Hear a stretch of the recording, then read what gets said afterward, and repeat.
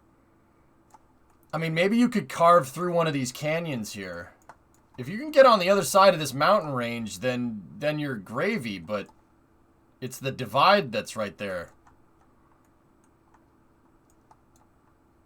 Yeah, that's right. The Panama Canal, that's right.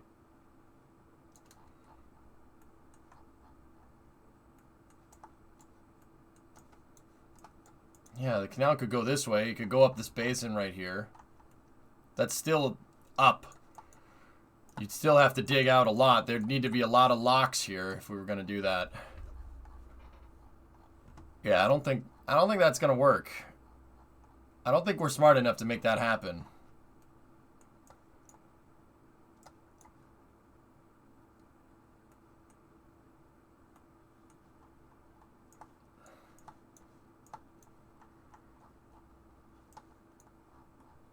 That's the 49 armistice line, okay.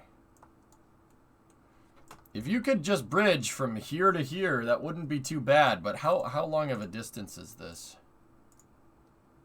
Yeah.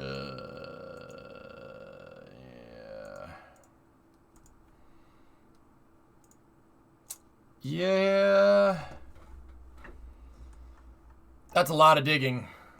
I mean, that's how I would do it if this was going to happen. I would go up the mountain basin and take a left right here.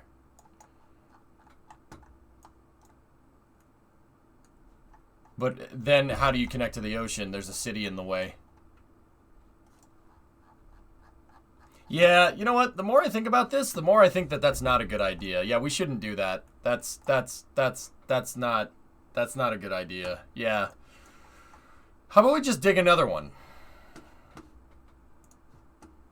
Yeah, Pop Bear. Yeah, I don't think they should do that. That's gonna piss some people off. Yeah, let's not do that. How about we don't do that? Deliver a report from 1963 on the feasibility of excavating a canal through Israel with 2 metric ton nuclear devices, spaced at 4 per mile, 130 miles, 520 nukes, 104.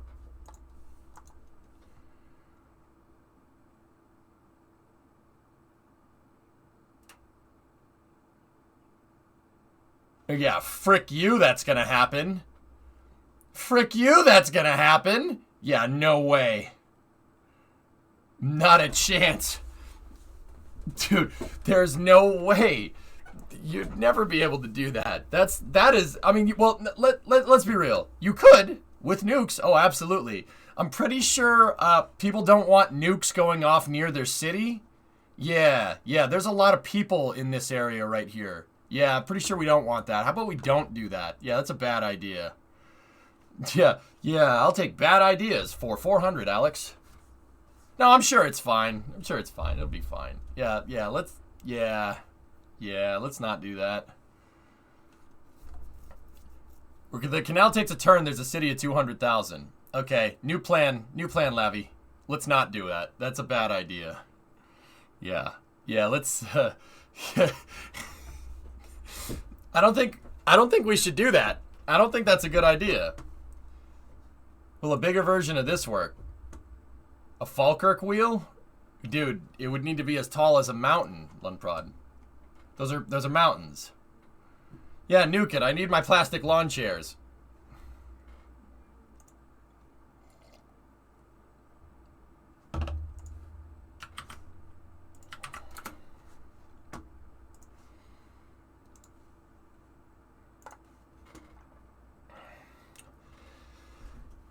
The Maktesh Ramon. The Hebrew translation would be... Sorry, I was clearing my throat. Ramon Crater. Okay. Sorry, I had something in my throat. That's a Mel Brooks joke. People probably don't get it. But EJ, $10 billion a day. Who cares about people? Yeah.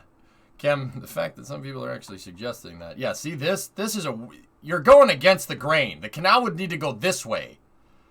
The canal needs to go this way, and the mountains are going that way. That's not a good idea. What about China's plan to build a canal from Greece to Serbia? Greece to Serbia? Wait, what?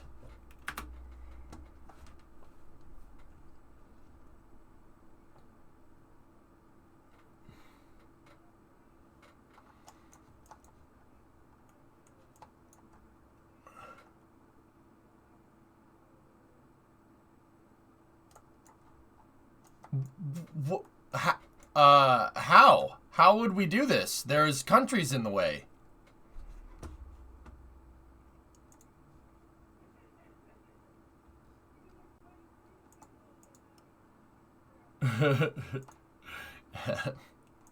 I remember this. Old episode.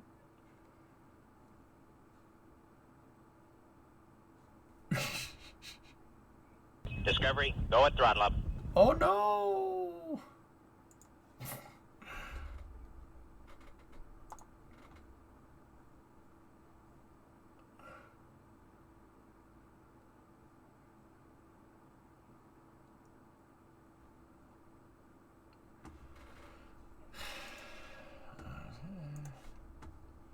I just don't understand how you're going to go from Greece to Serbia when they're not touching each other. There's two countries in the way.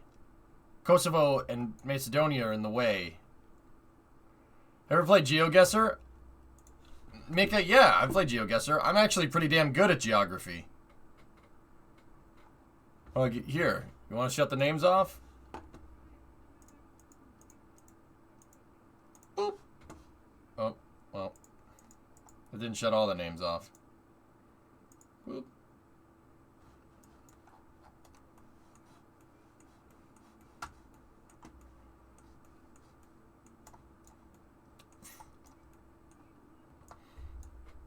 Where is Parma?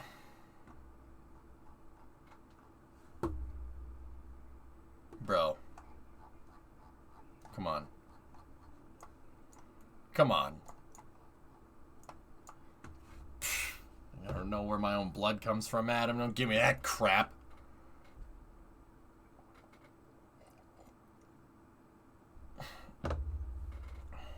Name each country in Europe on the map, then.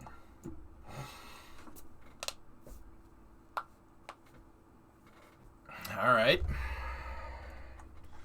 Ireland, Northern Ireland, Scotland, England, Wales, UK, except for those guys.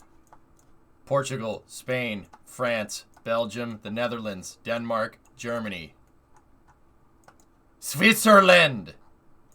I always forget the name of this country. I don't know. It's... Okay. Yep, that was a joke. Czech Republic, Austria, Poland. Up here, Norway, Sweden, Finland. I forget over here. I forget the name of that big place. This is where, around the Balkans is where it starts to get a little rough.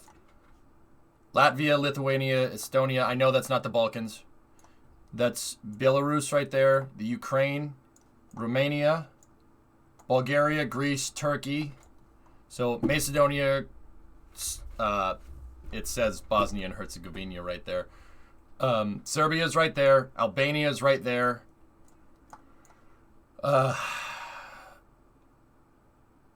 Slovenia is right there. Wrong order. Estonia is the most north. Yeah, Croatia's right there. That's right. It's the Balkans is where I start to get a little fuzzy. I think that's most of them. I got most of them. It's pretty good. Forgot Luxembourg.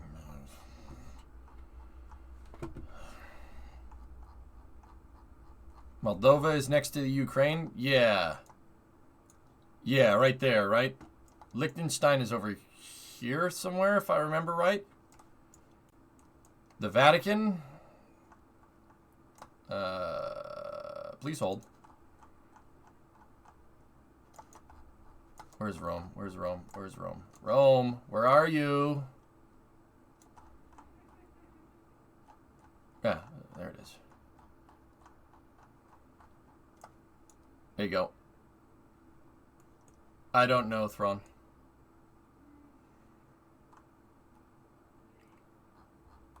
And then there's also San Marino, if you want to be really technical. San Marino is up here.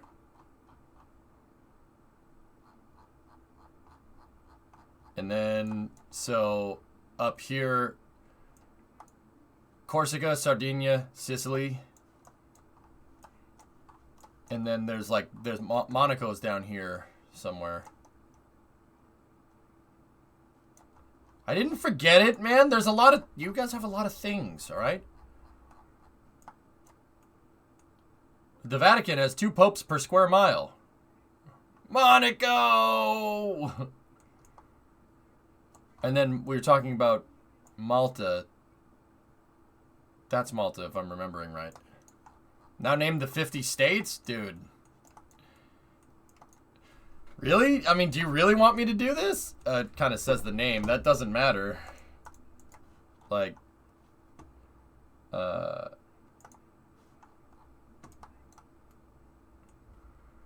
Cyprus. I always get Cyprus and Malta confused. Sorry about that.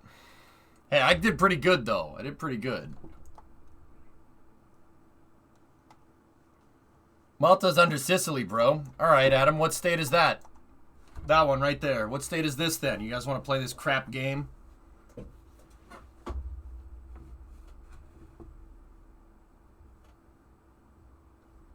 If you're American and you answered the question, you missed the point of this whole exercise. That's Luxembourg!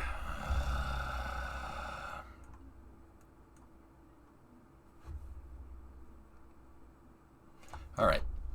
Washington, Oregon, California, Nevada, Arizona, Utah, Idaho, Montana, Wyoming, Colorado, New Mexico, Texas, Oklahoma, Kansas, Nebraska, South Dakota, North Dakota, Minnesota, Wisconsin, Iowa, Illinois, Missouri, Arkansas, Louisiana, Mississippi, Alabama, Georgia, Florida, South Carolina, North Carolina, Tennessee, Kentucky, Indiana, Michigan, Ohio, West Virginia, Virginia, Delaware, Maryland, Pennsylvania, New Jersey, New York, Connecticut, Rhode Island, Massachusetts, New Hampshire, Vermont, Maine, Alaska, and Hawaii, Puerto Rico, U.S. Virgin Islands, Guam, over there somewhere. You want capitals too? I'm good at this, man. That's easy, capitals. Now sing it properly. Now the Brazilian states. The only Brazilian state I know, Boris, is Goiás, because that's where the guys were that I worked with were from. They were from Anápolis. You missed American Samoa. You're an American Samoa. You learned many states by watching Supernatural? Dude, you watch Supernatural? Yo, how about that 67 Impala? That thing is cool as hell. Awesome. Sao Paulo? Sao Paulo's down here.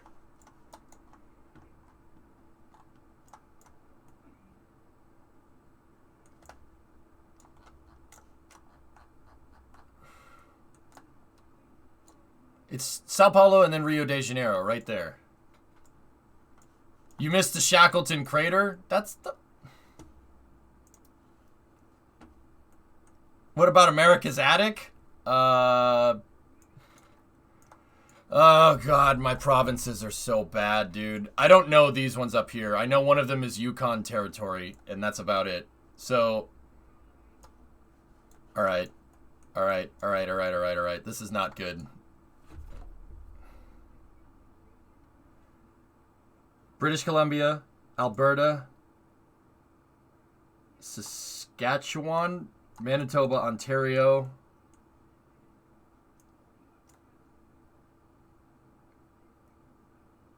Nova Scotia, bud, Quebec, and then I don't know those up there. I don't know those ones up there. I have no idea.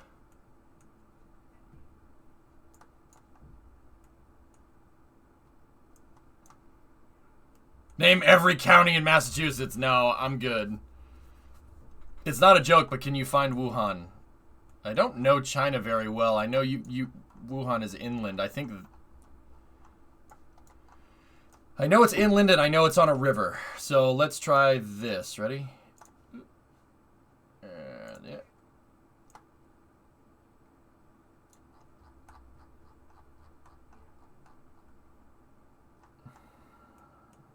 Nope, I'm wrong.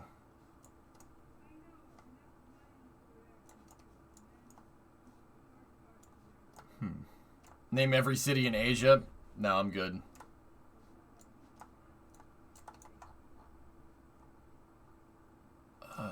I don't know China too well, I'll be honest with you. I know the coastal cities, and that's about it. I know that Beijing is up there. Shanghai is right there. Shenzhen is right there. Hong Kong and Macau are right there. I know where the launch sites are. Does that help? Find Putin's palace. Moscow? What do you... We look at Moscow all the time. I know that one pretty well. Name every road in America. No, you. That one's pretty easy. Boop.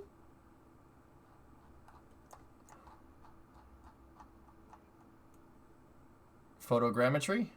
Nope. No photogrammetry. I don't know where it is on the Black Sea coast. I have no idea where that is. Shame on you, you geography nerd. Yeah, I know. I like geography. Geography's cool. It's cool knowing things, I guess.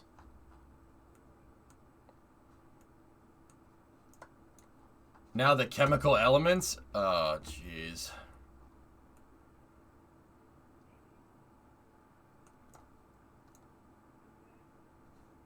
Name all the new and old launch pads in Florida. Oh, you guys are killing me. We should get back to space news. I don't know these ones. I know LC-17 is right there. All the ones that they use for ICBM testing, I don't care. I never bothered to learn the names of those. So, Complex 1, 2, 3, and 4 is right there. LC-46 is right there. That's 36A and B. So, and then there's 11, 12, 13, 14. And then there's 17, 18, 19, 20. Complex 34, 37A, 37B. 40, 41, 39A, 39B. I think that's all of them.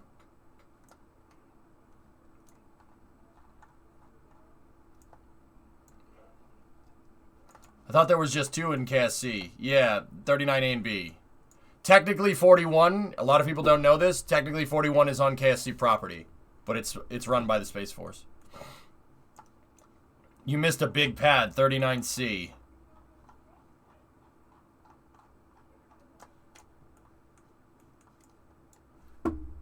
Yeah, they got a word for that, goalie. It's called a frigging parking lot.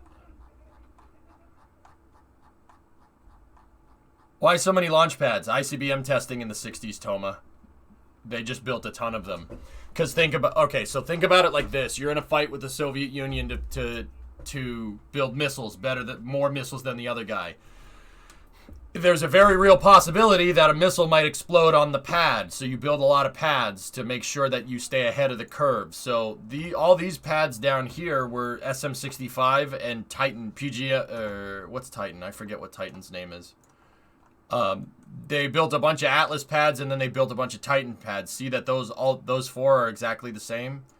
And then these guys right here, 1, 2, 3, and 4 are the same. And then these 2 are relatively similar, right? It's because Slick 36A and 36B were used to launch Atlas Centaur. And these were just Atlas Agena pads right here. And Atlas missile test pads. But yeah, that's why they built so many of them.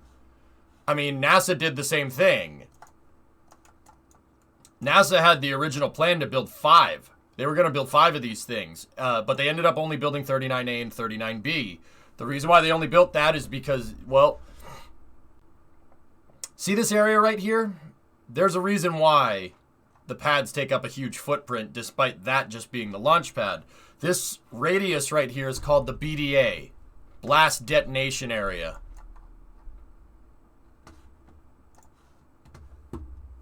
I don't think I need to tell you why they have the pad marked with a radius for a blast detonation area. That's more or less the size of a catastrophic RUD on the pad, so if Saturn V ever did what Amos 6 did and blow up on the pad completely, it would be contained inside of the BDA. That's why they built 2 pads. Wouldn't pads on the West Coast make sense for ICBMs pointed at Russia? No, that's further away. Oh, Tars. That was... Guys, this Florida was used for testing. Those aren't ICBM launch pads. The ICBM launch pads are all over the U.S. They're scattered, believe it or not. They're everywhere. They're up here. They're over here. They're over here. During the Cold War, they were all over the place. Honestly, the fastest way to get to Russia is to go north, believe it or not. So the ICBMs are up here.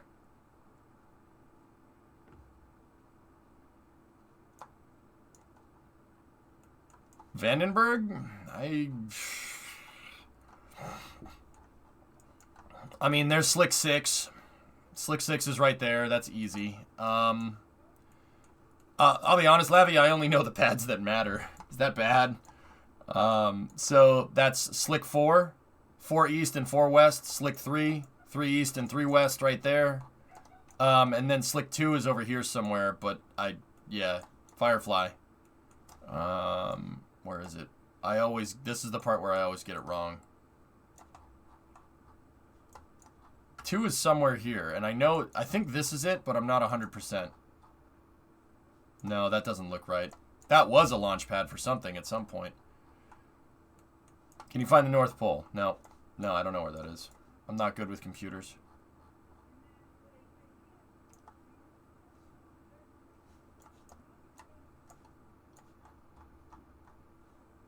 Oh, nope. Nope, this looks like it. These are launch pads. There's Slick 2. My crew access tower is based off of that structure right there. You're our personal search engine today. Yep. So Adam, you'll appreciate this, dude. Take a look.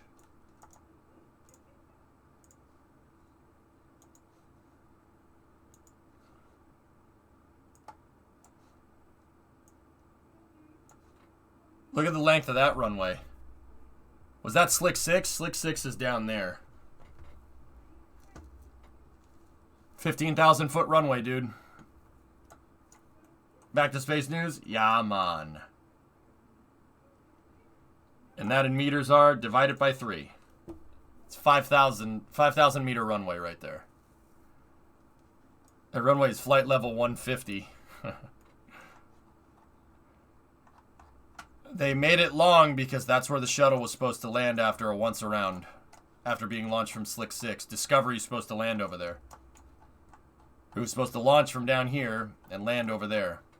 That's why that runway's 15,000 feet. They extended it in the 80s. This was a shuttle launch pad, guys. You can see that it was a shuttle launch pad. Left booster, right booster, shuttle engines. The flame trench took a 90 degree to the left. Slick 6 and Slick 8 are at the bottom next to each other. Yeah, there's 8 right there, which I don't really care about. But yeah. Show us your house. We promise not to do anything. Oh, okay. Sure, I got you.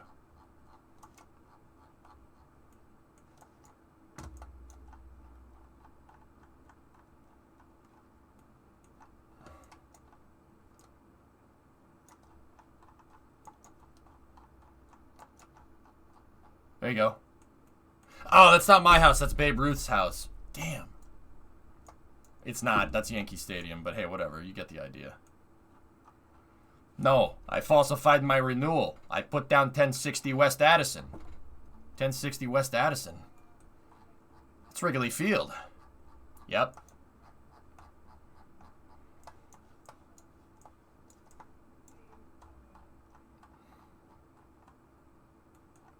Dude, I could get... Google Earth is its own rabbit hole. You could get lost in Google Earth. Oh, what a beautiful ballpark. I love it. Love it.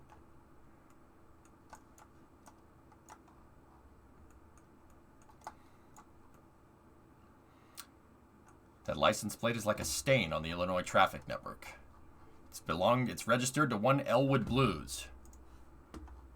And he's a Catholic. That's my favorite. That's my favorite part. It's so funny. The stupid Illinois Nazis get pissed off that he's a Catholic. That's hilarious, man. That's such a good joke. And he's a Catholic.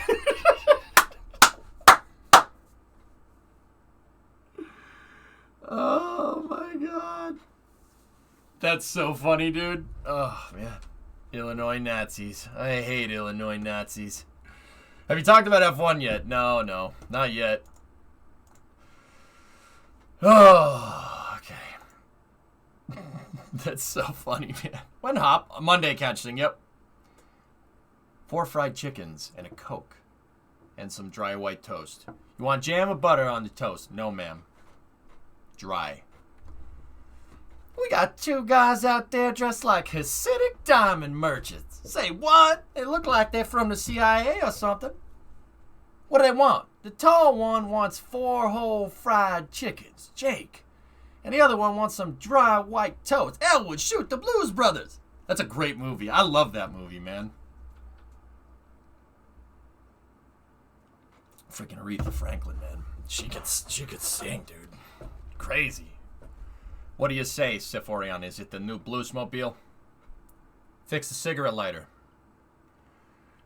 It's 106 miles to Chicago. We got a full tank of gas, half a pack of cigarettes. It's dark out, and we're wearing sunglasses. Hit it. God, I love that movie. I think the Blues Brothers is probably, it's up there as one of my all-time favorites, man. It's got cop tires, cop suspension, cop shocks. It's a model made before catalytic converters, so it'll run good on regular gas.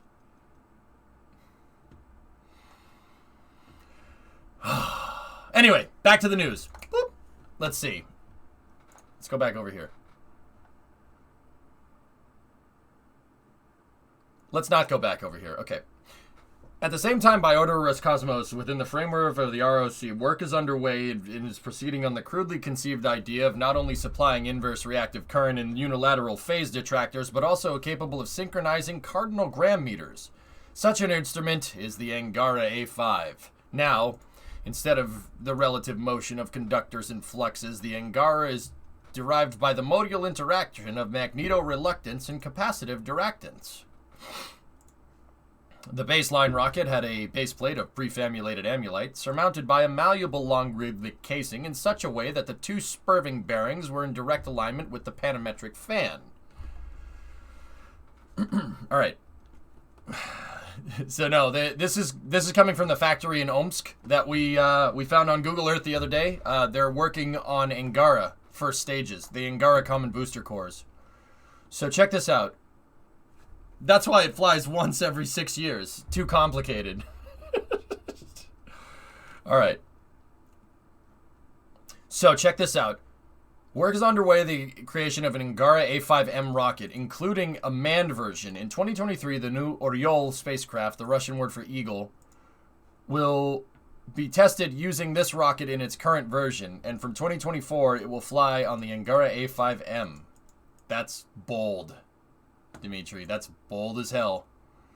Okay, if you think so, my dude. Yep, those are Angara rockets right there. I bet it's got a radiator or a hose for a Volkswagen. It's for 72 Beetle in there. Nice.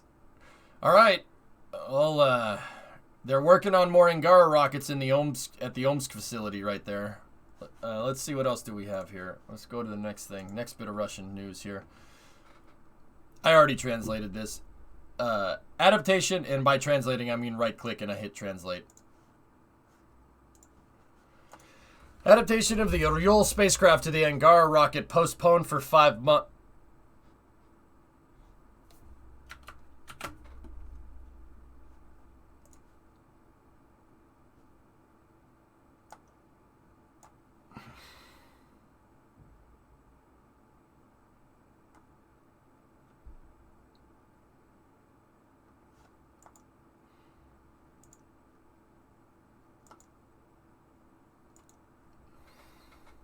Chem, explain. Angara AKM.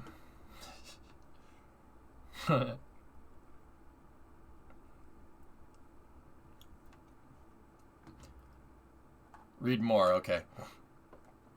The adaptation of the new Eagle spacecraft to the Angara launch vehicle will be completed by September 2021, 5 months later than the plan.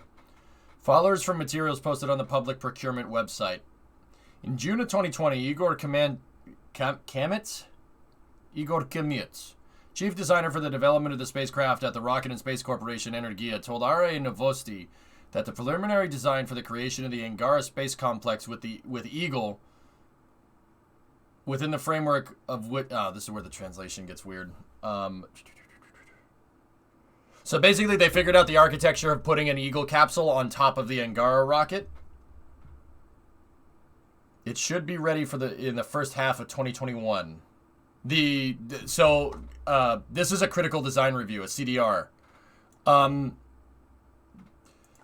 Within the framework in which is being carried out to integrate the launch vehicle with the spacecraft. So NASA's version of that, or like the Western version of that, Chem, is called a CDR, a critical design review. It's basically, critical design review is when you finalize all the blueprints for the rocket. I say blueprints mean like they draw it on a piece of paper. They don't do that anymore. They haven't done that for years. But that's when you finalize all the framework and you actually start making things. So yeah, that's cool. So CDR should be ready very soon. That's the reason they redid the CDR so Oriol can launch on Angara. Got it. That's a big milestone. Yep.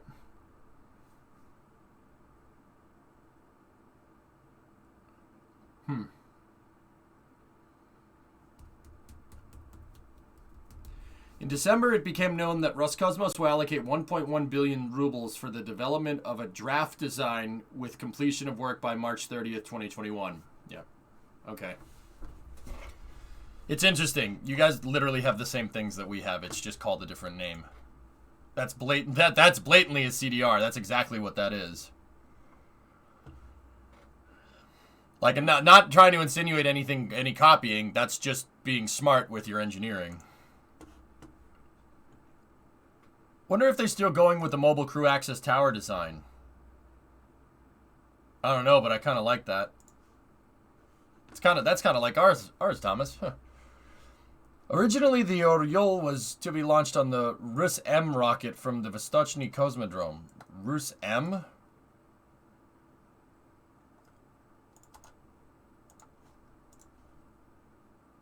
Yeah, that's what that says. Huh. Yeah. Alright. What the hell's a Rus-M? I don't know what that is. It was a proposed launcher design which was intended to become Russia's main launch vehicle for crewed spacecraft after 2018. An integral part of the Oriol spacecraft being developed to replace the Soyuz. I need to read about this. This is probably something that I should know.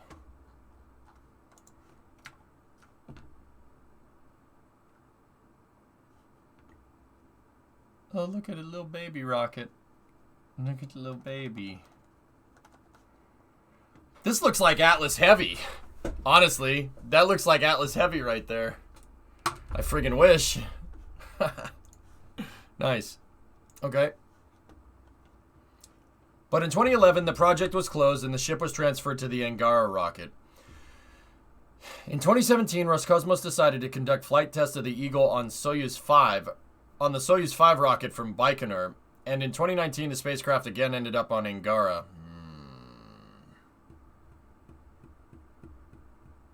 Development of the new Russian spacecraft Eagle, formerly called Federatsiya, or Federation, for flights to the moon has been underway since 2009. The first test launch is expected at the end of 2023 on the Angara A5 carrier rocket from the Vostochny Cosmodrome. In 2024, an unmanned test flight is planned, and in 2025, a manned spacecraft flight to the International Space Station. Yeah, Cam, you guys need a bigger rocket, man. You need a bigger rocket.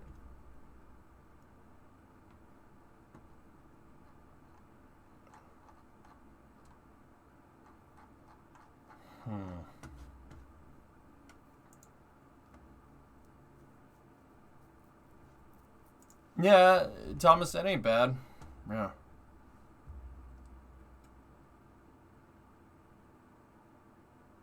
Discovery, go at throttle up. Interesting. Kipax, 2-month resub. Thanks, man. Interesting.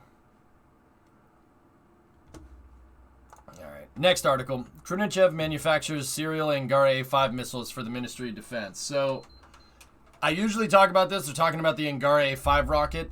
Angara is the rocket that the Russians are working on, and they're working on putting, getting a capsule on it. But they also...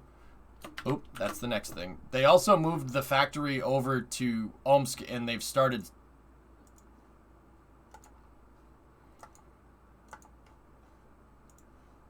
They started mass producing it here. Let's see.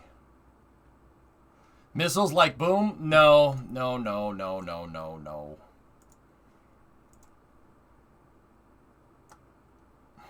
So, I noticed Google Translate does this. So, see that word right there? Raketa? Or, that's yeah, it's basically rocket, right?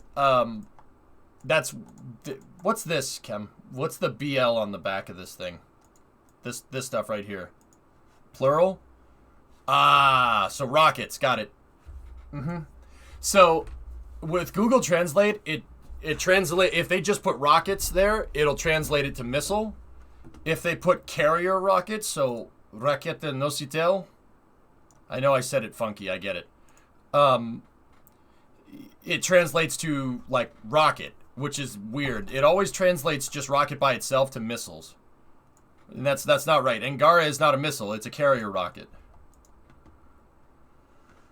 I think it was the right decision to go straight to Angara. Build more infrastructure at Baikonur just to launch it once on Soyuz 5 is kind of meh. Yeah, Kem, that's the thing. That's the thing I've always gotten about the Russian program. It's kind of all over the place, dude. I think what Dmitry should do is pretty much what he's doing. The hell with all these different rockets, Soyuz 5, Yenisei, Angara, fuck, screw that. I'll time myself out for 15 seconds. Classy.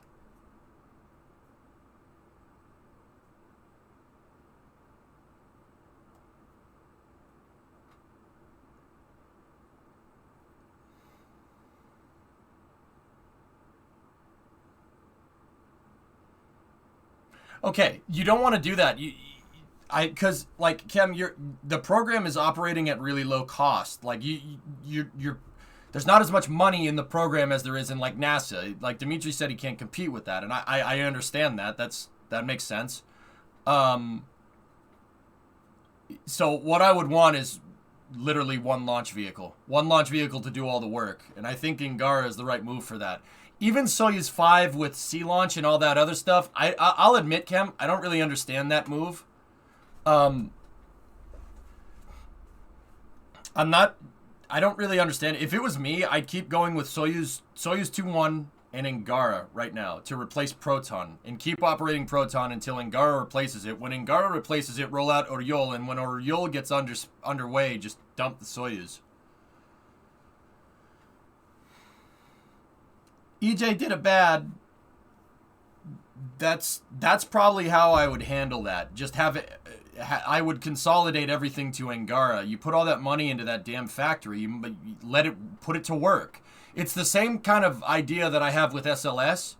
We built a damn factory to produce rockets to go to the moon. We're gonna build one a year. One a year. Just one. Okay. Yep, one. Lovely. So that's actually a good idea, man. I don't mind what Dmitry's doing. That's smart. That's a smart move. That's what I would do. I would say Soyuz, you have Soyuz 5, you have Soyuz 2-1, you have Soyuz 2-1A, you have 2-1B, you have all this. Too much. So you want to launch it from an oil rig? To hell with that.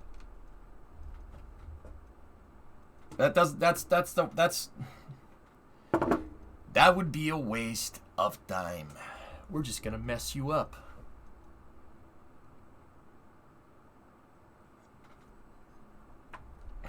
Well, I would gradually phase out Soyuz W. Once the Angara A5B or the Angara A5M, whatever the single stick variant of Angara comes out, I would soft roll out the Oriole capsule and then phase Soyuz out in the middle of the decade. Seems to me like Roscosmos hasn't fully recovered from everything going upside down 30 years ago. They're getting back. They're finding their form again, Lavi. It's taken a while, but they're finding their form again. Me neither, but they went with Soyuz 5 as it's supposed to be a booster for Yenisei, but then they decided to reconsider and potentially make it on methane. Yeah, see, even Amur and all this other stuff, Kem, that's... You guys, that's the thing. You're all over the place, dude. And don't get me wrong, so are we. Takes one to know one. You know what I mean? Like, we want to do this with SLS, we want to do this with SLS, we want to do that, we want to do that. That's too complicated. Just take SLS, launch it more. And then use commercial crew, ISS, replace the ISS, and use the Orion to go, like, it's too complicated. Do you have any plans for the 60th anniversary of Yuri's flight? Maybe we could build a Soyuz. Jim, I wouldn't mind doing that. Amir and Angara is a good choice. The other rocket is too much. Yeah, that's what Dimitri needs to do. He needs to get rid of all the fluff, get rid of all the bull crap, and just consolidate it down. You need to have a nice lean program. But then again, I do recall him saying that. A single stick is the Angara 1.2. Yeah, something like that. I really wish you had closed captioning because my daughter's asleep and I can't hear a word you're saying. 5-year-olds still sleep on daddy. Okay. I'd love to see a Leonov built-in KSP from 2010. Oh, yeah. But Jim, why would I build a Soyuz on April 12th when I could launch my shuttle on April 12th?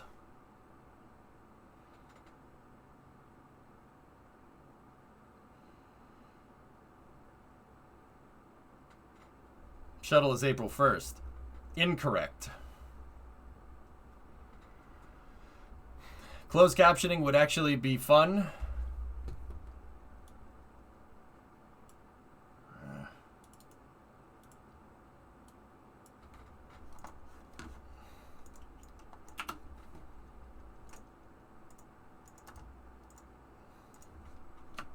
How fun would it be?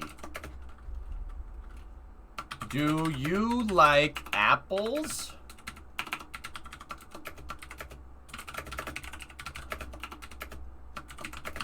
How do you like them apples?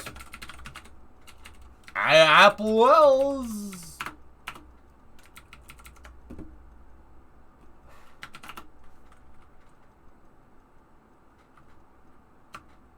Okay, I just want to make sure that everyone can hear what I'm saying. I think I made a typo. Everyone!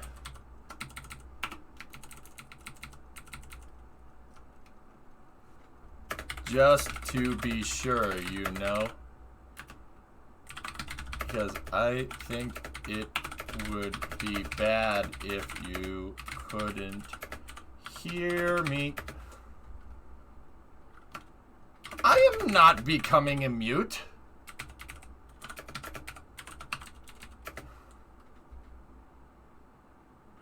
I wish I was a bird. Oh, wait.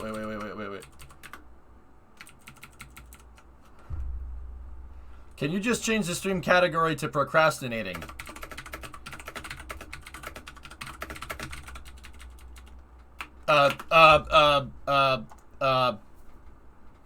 What?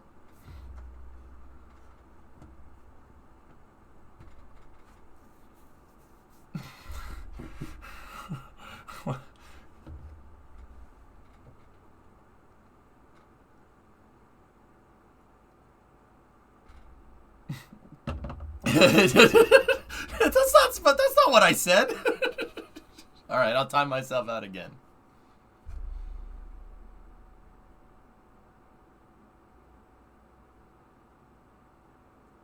Is that Sean O'Keefe behind me? No. Tory Bruno, Peter Beck, Elon Musk, Rocket Guy is over there, Jimbo, and then Das.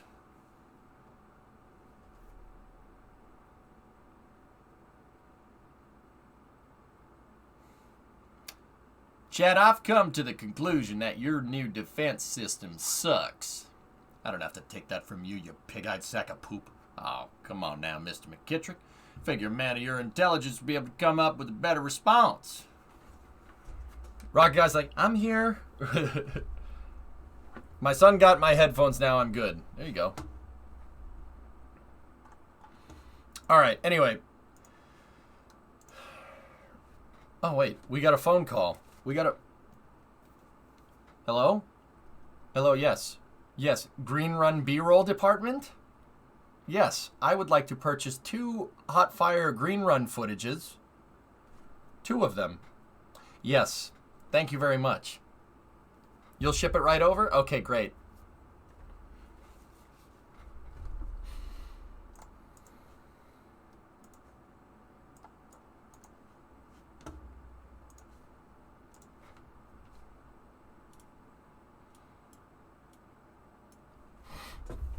Good afternoon. I'm Lee D'Angelo.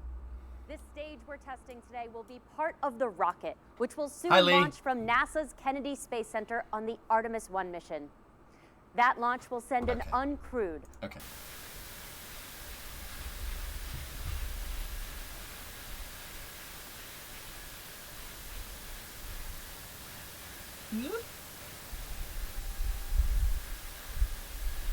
Two is the full uncut one? Alright. Alright. Just chill. Just chill. Access, that's the funniest thing I think I've ever seen in my life.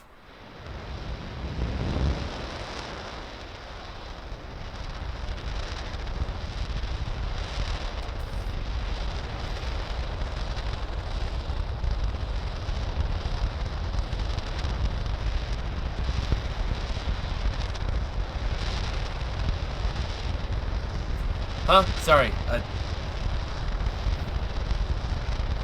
This is not loud enough!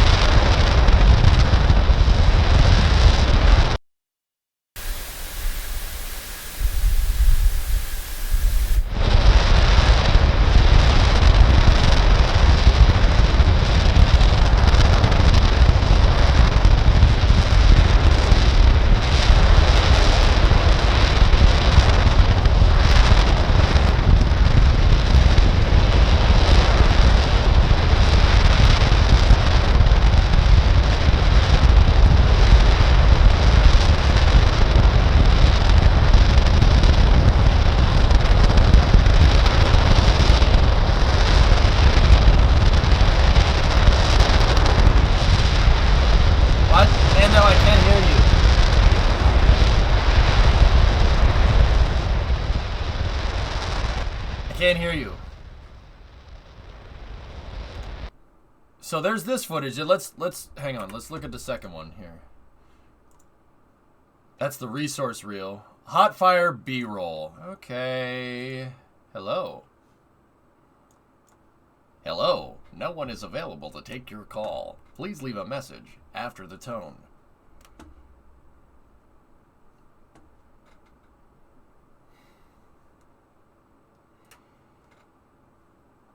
Yeah, Rocky Guy, it's pretty nice. Rofi ignition. Excuse me, where's sound? I don't, oh, it's B-roll. I mean, I might not have sound. Oh.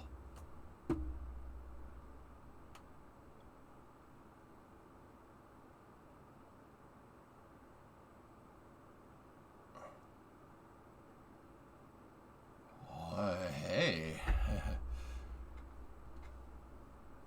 You're a timestamp. Levy, I just like diving in head first. You know, that's the fun. Can we...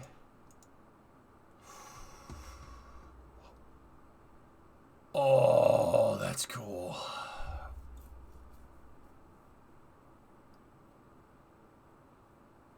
As you're swimming in gold bars from that streamer money, what peak performance office gamer chair do you use? Catfish, I have a IKEA Marcus. Go at throttle up. IKEA Marcus chair. It doesn't have to be, dude, honestly, it's a good chair. Look, I sit on this chair for like 13 hours a day, 5 days a week. And I've had this chair for like 3 years, and it hasn't broken on me yet. That should tell you everything you need to know about this chair. Hey, Smirks, what's going on? SN11 hasn't flown yet, Reindeer.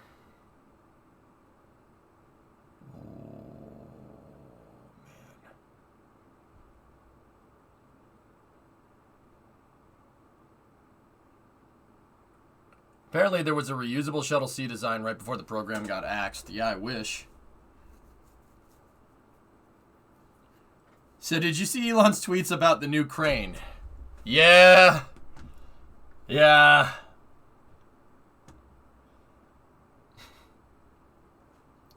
Is the fire normal? Yes.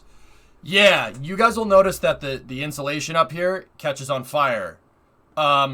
So first and foremost, Boeing put more insulation on here. This is Nomex fire blankets. That's part of the modifications that they did to the core stage between the first and second green run. The second part of this is that it catches on fire down here, but when it goes up into, so two things. One, who cares? It's expendable. It doesn't matter. Second of all, when you're going up into space, the oxidizer pressure, the oxygen in the air goes down. So as it's launching, it won't catch on fire like this because it's going up into the vacuum. This fire is happening strictly because it's down here. It's the same type of phenomenon that Northrop Grumman ran into with the Omega the Omega core stage test. Do you remember that? You remember where they fired Omega on the stand and then the nozzle exploded? Because it was vacuum optimized. It wasn't optimized for sea level. You rarely ever would want to make a rocket engine that's designed to work down here for long periods of time. Why is that? Well, the long story short, rockets when they launch are not down here for a long period of time. But if you're on the test stand, yeah, of course it's down here for a long period of time. So you get some unintended operation. That's totally normal. And that isn't like me reading about it or I read that on a forum. That was right from the press conference. John Honeycutt said that.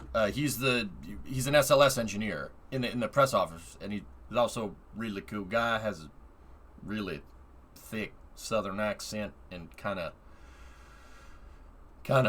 talks like this all the time. Yeah, no, the insulation burning off is totally normal. I noticed they did beef it up though. I mean, that should tell you just how much heat is going through this thing. It's crazy. This is like a monument to thermodynamics, right? Because if you put your hand right here, it'll freeze off. It'll freeze. That's like minus 200 centigrade right there. You touch that and your hand would shatter like Terminator style. If you put your hand right here underneath the rocket engine, you would have no hand left. It would look like Raiders of the Lost Ark under there.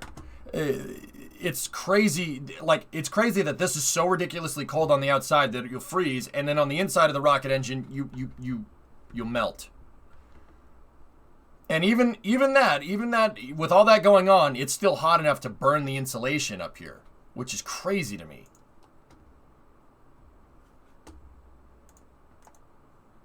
There was also the CAPU exhaust extensions for the green run. Oh, yeah. Yeah, I didn't see those. Oh, it was a prototype RL10. Yeah, there you go, Lavi. You found it. Yeah, it's crazy. So, yeah, here. Check this out, guys. RL10s use the same type of propellants. But look at that.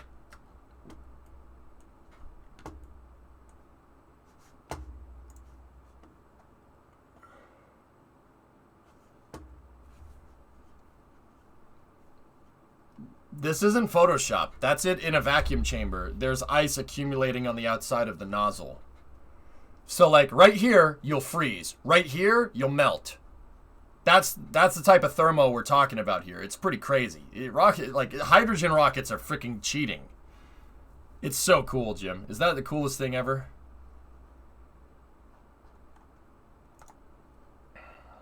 You know what we should do? We should take a bunch of RL10 engines, we should cluster them together, and we should make an SSTO out of it. Wait, has that been done before? Can you hear me, chat? Oh yeah, they tried that, that's right. You want that picture for your background? Lavi, link it. Link it. We have no sound. No sound. No, he no make sound.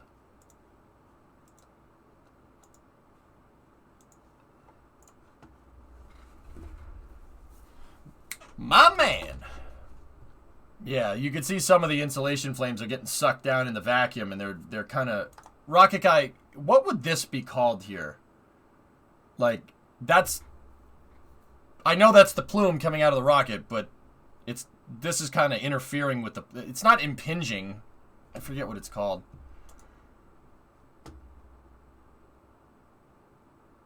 Yeah, everything from this test looks real good. Jeez. Wait, did they throttle back there? Hold on. You get a good view of it burning a bit later in the B-roll footage. It spreads to the left side of the bottom of the boat tail. Yep. Interestingly, the SN15 nose cone locks header vent on the side. It didn't like it.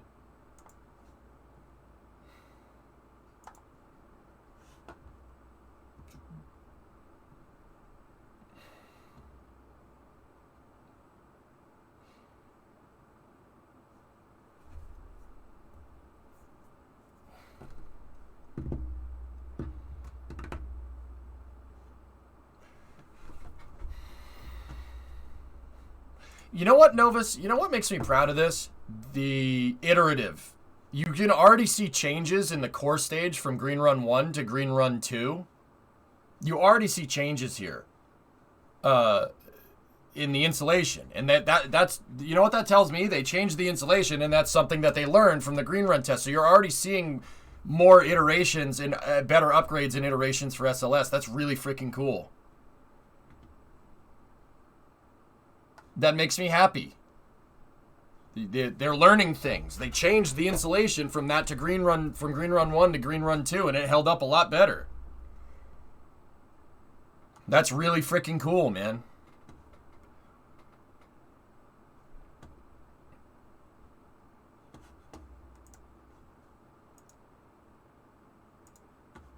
Oh, okay, Thomas.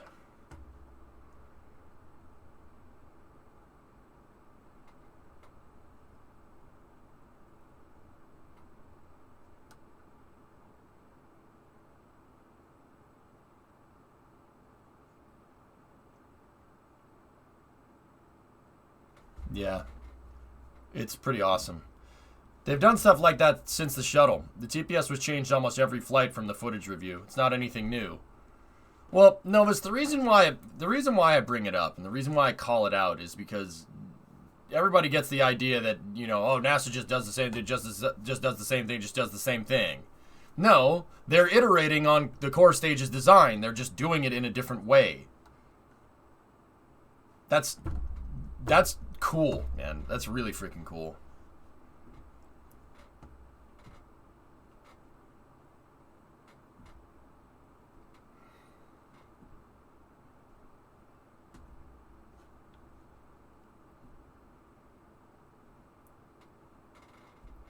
The insulation needed to be upgraded for launch just because of the needs of the green run. They upgraded it to work better, Tars. Yeah, it's pretty awesome, actually.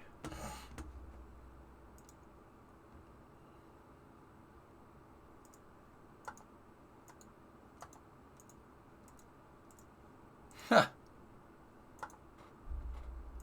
The thermal protection system blanket on the shuttle engines look awfully familiar.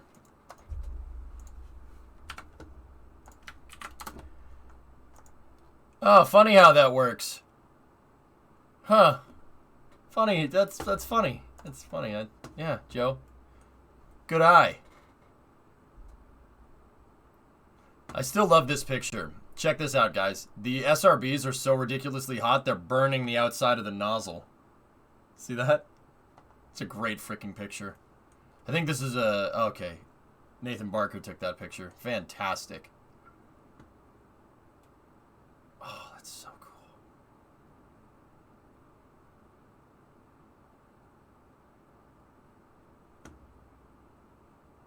Yeah, most of the revisions are for the manufacturability from core stage 1 to core stage 2.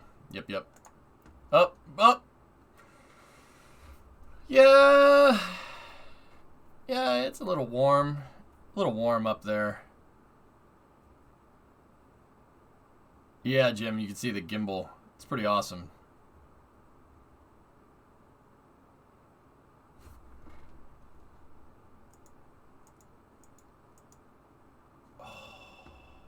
Yeah, see, they're throttled down here. All right, watch. Watch down here. You'll see the shock cone come into frame.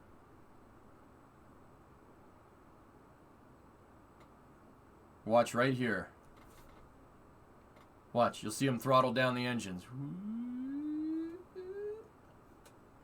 And then you'll start to see flow separation on the outsides of the insides of the nozzles here when they throttle back. See, they're slowly ramping down the throttle, slowly ramping down.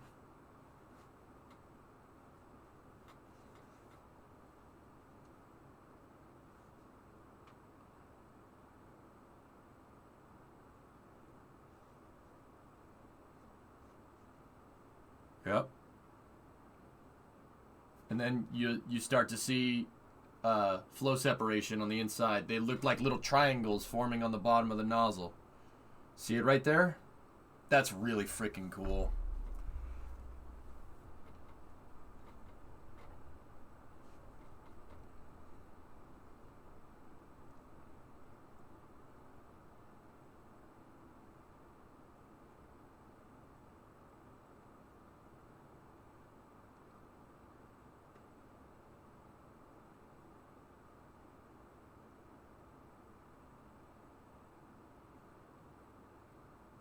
Discovery, go at throttle up. Hilton is 55 months reset. That's a lot of hot air. Yep. That's cool, man. Oh, that's so cool. Thought aerospikes would be in fashion now. Goo, aerospikes are really only used if you want to make an SSTO. Otherwise, doesn't really make a difference.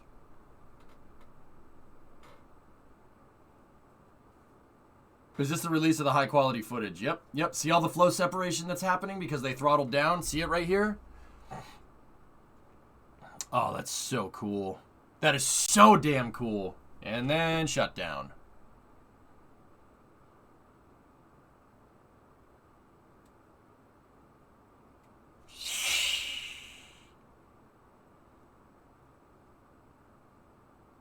So what happens if they fill the core full of fuel like 9 times? Cleaning?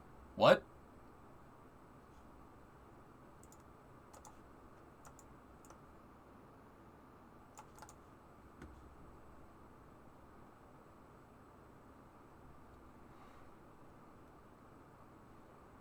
That's correct, Pop. They wouldn't be snuffed out so much due to wind. They'd be snuffed out due to pressure. Fire can't burn without oxygen. In space, you clearly have... There's a lack of that. 5 seconds. Stop.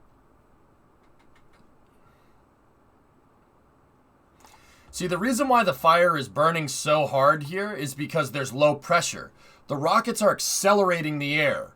All right? So, okay. The rocket engines are shooting out gas so ridiculously fast, all right, that it's moving the air around it. Think about like if you took a paddle and you moved it through water. You're not just moving the water. The paddle isn't just moving the water that you kind of scoop up. It's moving all the water around it too. And you see that in the form of swirls coming off the side of the paddle if you've ever like gone on a canoe ride or something, right? The rocket engines are doing the same thing. They're moving the air around it, okay?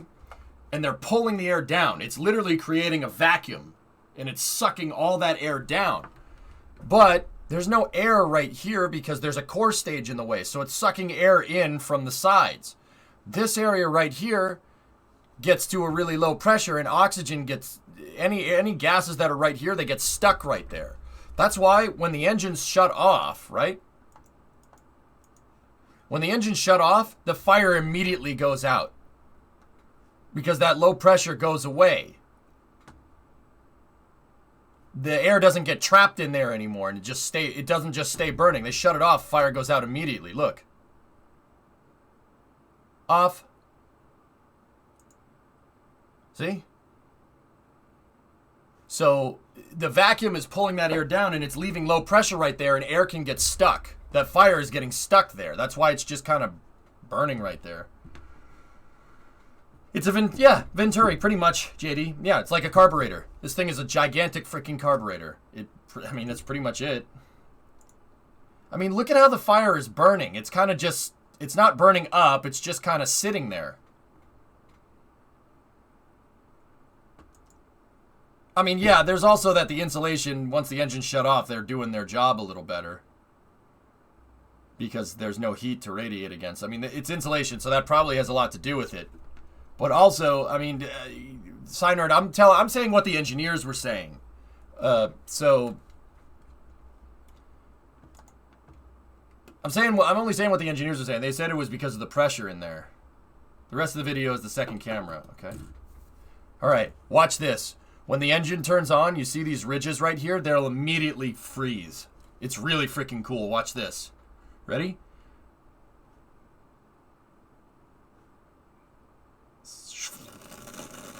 And watch it freeze.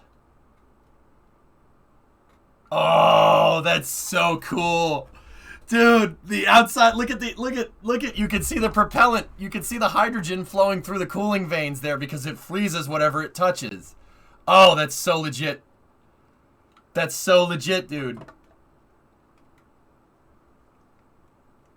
That's right, Thomas. Quali went well. Yeah, I guess. As long as it wasn't Lewis. I don't really care. Oh, so what the shuttle engine does is it uses a fuel-rich stage combustion cycle. So basically they take the hydrogen, they run the hydrogen through the engine, right? It heats it up, and then they combust it, and then they throw it into the combustion chamber and spray it with liquid oxygen, and then blow it out the bottom. They're using the fuel to keep this nice and cool.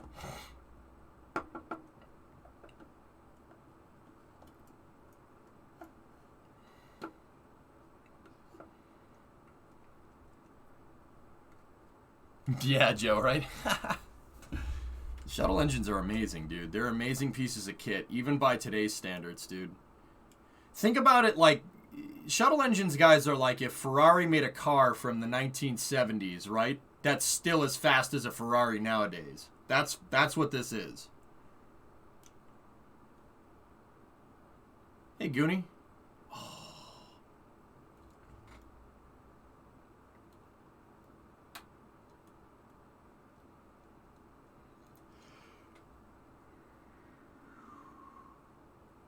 Yeah, they throttled back a little bit.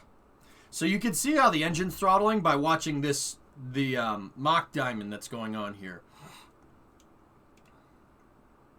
This thing, yep, see it move down? Did you see that? Oh, that's so cool. Watch it. Ready? Throttle back up. Whoop. See it change shape? Oh, that's so cool.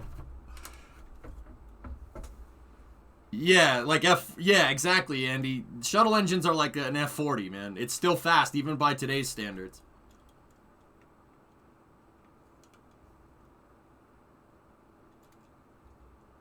It's throttling, Supercraft. Yep, you're seeing a rocket engine throttle right there. That's what you saw. I think they're going to be evaluating 111 and 113% of rated with some engine tests. With the RS-25Es, Lavi, they'll be able to do it all day. They have a way upgraded combustion chamber in there. The RS-25Es are using they're using the same combustion chamber as an RS-25, but it's made using modern manufacturing components, namely the manufacturing methods that were used for the RS-68. So the combustion chamber can hold a lot higher pressure. Those RS-25Es are going to be no joke, man. They're going to be really, not man, you know what I mean. They're going to be pretty insane. Yeah, it's pretty nuts. Watch. If you see this thing change shape, it should go back up again here in a second. You ready? We'll go back up over here. So that's full throttle, and then they're going to back it out. Ready?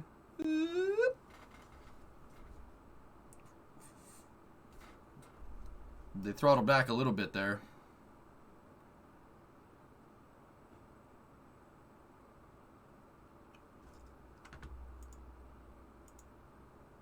Look at the cone get bigger. See that? Here, I'll back it up. It's easier to see if you do like a... See? See the tornado getting bigger right there? Isn't that cool? That's them throttling it. They throttle the engines in, then they throttle them down, and they shut them off.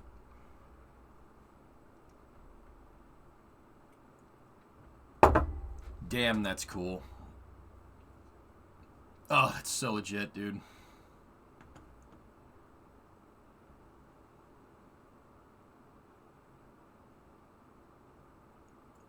That's right, Caviar. Yeah, that's really freaking cool, man. This B-roll footage is so sick.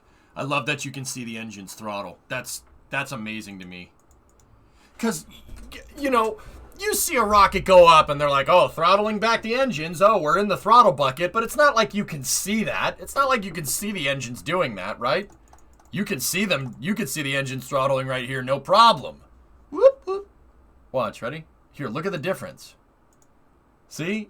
They throttled it back. See how the Mach Diamond gets bigger? Oh, that's so freaking cool. Oh, I love shuttle engines, man. Oh, we should screw making an SSTO with RL10s. We should make an SSTO with those. I'd even go so far as to say just put these on the back of a Venture Star. It would work. It wouldn't. It would require a lot of engineering and be really expensive, but it would work. It's just cool to see him firing. Levy, yep. Mm-hmm.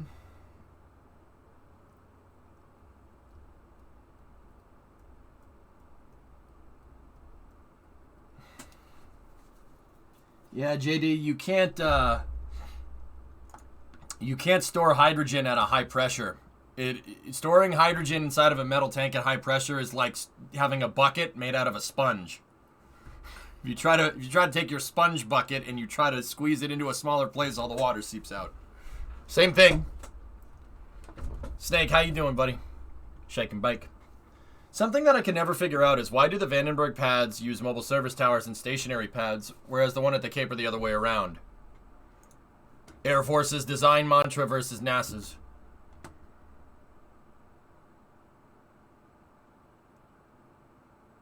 Also, the terrain probably has a lot to do with it. Your engineering launch pads at Vandenberg built into the side of a mountain, not flat. Florida's really flat, so you have to build everything above ground, so it probably makes more sense to build a mobile launcher. That probably has more to do with it than design mentality, I guess. With that being said, Slick 6 is the Chad tier of all pads. All future launch pads should be like Slick 6. It's a really good design. That's my favorite. I think Slick 6 is my favorite pad design. Thomas, I firmly believe you could operate with Slick 6. You could operate a shuttle program for cheap, comparatively for a shuttle, because the pad is so much simpler. So like, you have with 39A and 39B, you have to build it inside of the VAB, and then you have to move the entire stack on a launcher out. A launcher that was frankly designed for the Saturn V. You don't need that. You don't need that big a infrastructure to move the shuttle stack around, right? So they used it because they already had it because of the Saturn V's, right? That's an old picture, concept picture. But see, they only did this because they had this left over, right? But Vandenberg was a pad that was specifically modified and designed for the shuttle. So instead of like rolling it out on a mobile launcher, right? Let me find the picture.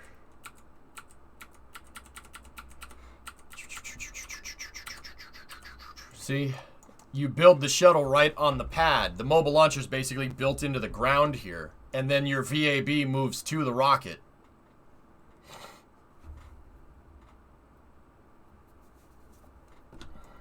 See, you're building the rockets right on the pad. You don't have to worry about rolling it out to the pad, which takes an extra day. You build it on the pad, move the buildings away, and go. Slick 6 is very similar to how I built 1A, LC-1A in KSP for the Freedom rockets. It's very similar. You made a thing yesterday. Was ist das, Snake? That's a great picture, man.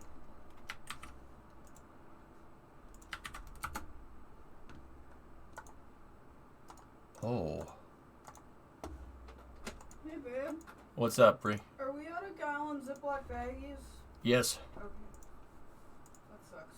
Thank you. Sorry. No. Okay.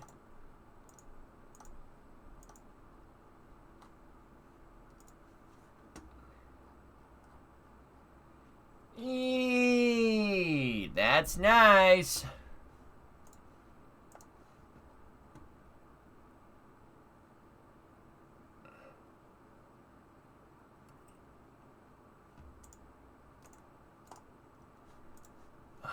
What a great picture, man. Who's space explored? Snake? Last. Philium, what's up? Perfect time for this video. Oh, man. Alright, we still have a little bit left for space news, but, what is Brimo's real name? Brimo?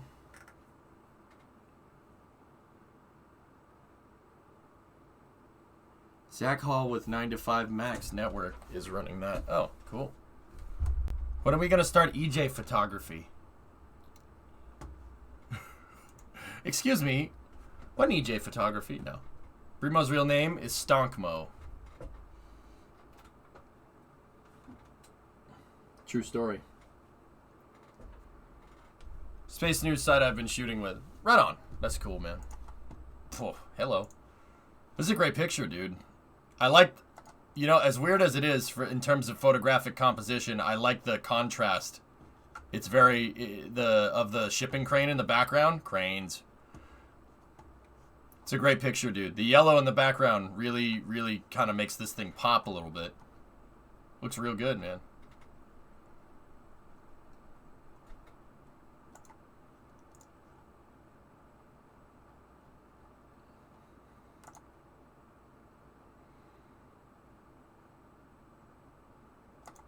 Yep, see, these are inspection lines. They inspect the welds on the booster. Right there, that's the common bulkhead. They see, that's the parts of the booster that they clean off. They clean it all off and they check it out. Check it out, make sure everything's good. That's what the booster looked like when it came from the factory. Is it hard to get soot off the rocket? No, not really. They just don't need to.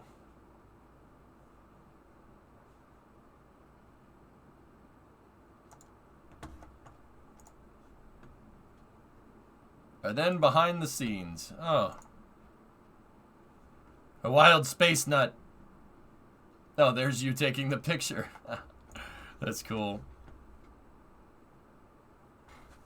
Why make the bed when I'm going to make a mess later? Oh. And then... The R's are on. Ow. I think we still have it boosted. No, we don't. That's just the audio is terrible. Alright. For the last bit of space news, I wanted to see this, so...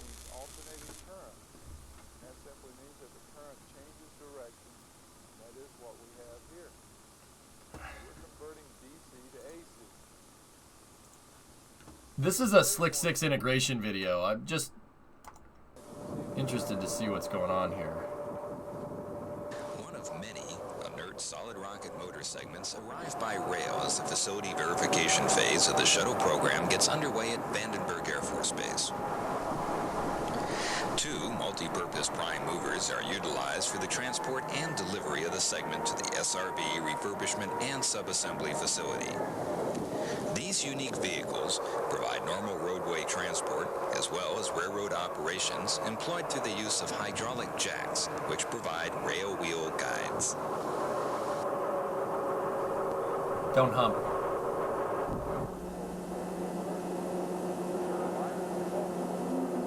Oh. The clamshell-like cover is removed in one of two bays configured at the facility. Oh. Low bay operations include the receipt and inspection of new components, dimensional checks, repair and refurbishment of components and assemblies, as well as a variety of other processing activities.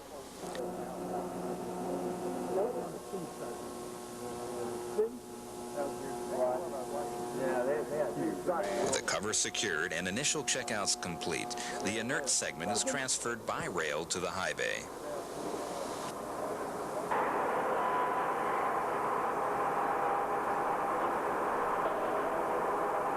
The high bay incorporates the necessary heavy hoisting and handling It's an inerted capabilities to SRB signer. offload and store incoming segments.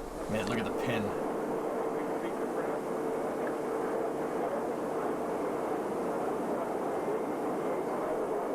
A 200-ton movable overhead crane will work in unison with a fixed 125-ton crane to skillfully lift and rotate the segment to a vertical position. Watching this is pain. These segments, when configured with their respective aft booster assemblies and capped with nose-forward skirts, will comprise the two solid rocket boosters, which will augment over 5 million pounds of thrust to the orbiter's three main engines during the first 2 minutes of liftoff and ascent. The first solid rocket boosters built for use with a manned spacecraft and designed for reuse. Each segment will be positioned and secured in a storage stand, awaiting later buildup. From the earlier discussion, we generated our quasi-square wave by shifting the gate command signals out of phase with one another. The shuttle assembly building, this video is so with an baller, overall height of dude. Nearly 250 feet, undergoes one of several mobility tests at Space Launch Complex 6. From the mechanical room on the first level of the building, electrical motors run the pumps necessary to develop the hydraulic pressure, which in turn drives the truck motors along the rails at rates of up to 20 feet per minute. In operation, the shuttle assembly building will be positioned at the launch mount, 7 providing meters a minute, enclosure guys. and support for the erection and subsequent mating fast. of the external tank and the orbiter. Or no, not structure 7, also 4. provides Excuse me, I did my shelter math during the wrong. critical stacking Yeah, phases 4 meters of a the minute. solid rocket Even motor worse. segments.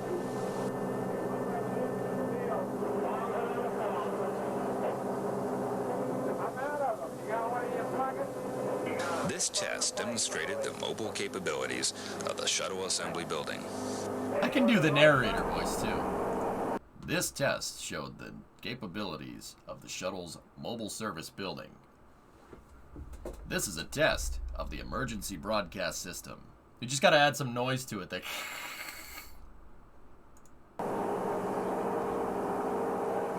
Yeah, Phil, we could do movie night with this. All three negative SCRs are on. There's the escape tower. Output across each transformer primary is 0. Now, another note that On the 23rd of September, one of 5 baskets was tested as a part of the initial checkout of the emergency egress system. Designed Later. for rapid egress of crew members from the access tower in the event of a pre-launch emergency, the basket will travel the approximate 1,000 feet downward in a little less than 30 seconds. The basket will pass through a deceleration net, which is attached to a drag chain, getting progressively heavier as the basket proceeds through the landing zone. Cool. A secondary or resting net serves as a backup system and is designed to withstand the oncoming load of a basket traveling at full speed and with maximum weight. That's an altimeter.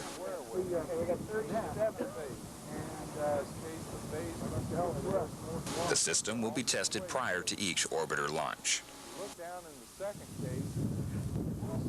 Has gas. The 5 baskets are each designed to accommodate 4 men, accounting for the maximum number of personnel that might be involved in the final launch preparations. Oh, that's just sketch. No, don't push the button. Don't push the button. Oh, you pushed the button.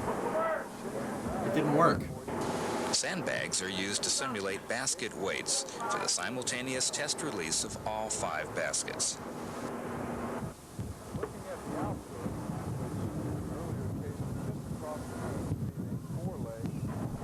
In the event of an emergency that necessitated the astronaut's immediate egress, the crew access arm could be extended, the baskets released, and the crew Feel the safely rhythm. bunker near Feel the landing zone ride. in an anticipated 2 minutes. Yeah, they're sandbagging. They're doing a Mercedes. This is great, man. Oh, I could watch these all day. So, before we get into it, what we're looking at here is Slick 6. So, Slick 6 is out at Vandenberg, California, and it's a shuttle launch pad. It's not very well known that the shuttle was not only supposed to launch from 39A and 39B at Kennedy Space Center. Up until the Challenger disaster, the Air Force was looking to launch the space shuttle as well. And they wanted their own launch complex, so they built one for polar insertion out at Vandenberg. This is a full shuttle launch complex here. We shift these edges. I do, We can Illness. regulate the width of these pulses. There is one obvious difference here. The payload changeout room undergoes mobility testing as system checkouts continue at Space Launch Complex 6. So damn cool. Payload changeout room is, in part, designed to carry the prepared payloads from the payload preparation room to the launch mount for vertical installation into the cargo bay of the orbiter. Why would Like the Mercedes shuttle sandbag assembly and building, qualify? hydraulic pressure powers the structure along the rails. This facility, through its own air conditioning system, can maintain the payload as necessary during its move towards the launch mount. The payload changeout room also maintains equipment for orbital support, providing fueling and servicing capabilities. This test ensured the mobile capabilities of the payload changeout room, as well as its ability to pass through the shuttle assembly building without obstruction.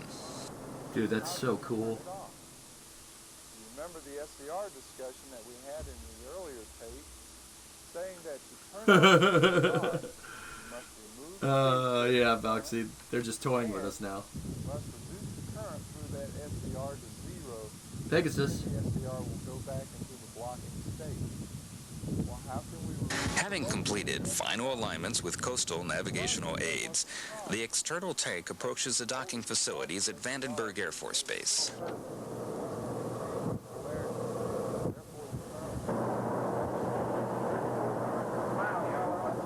Shipped by barge from Louisiana through the Panama Canal, the external tank provides the liquid oxygen and liquid hydrogen that fuel the orbiter's 3 main engines and forms the backbone of the entire shuttle vehicle during launch. many different types of methods used to commutate The NASA barge, configured specifically for external tank operations, is ballasted level with the dock for subsequent offload.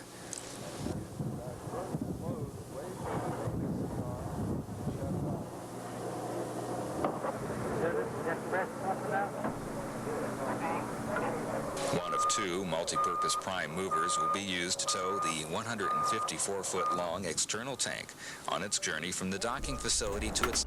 How many feet long? One of 2 multi-purpose prime movers will be used to tow the 154-foot-long external tank on its journey from the docking facility to its next destination, the tank checkout facility. Click.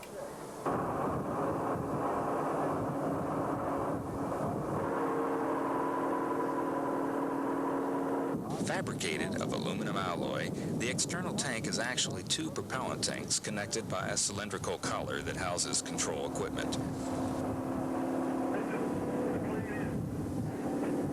Cool. Oh, that's so legit, The dude. tank's exterior is insulated with a spray-on polyurethane foam that reduces heat transfer into the tanks that could cause excessive boiling of the cryogenic propellants.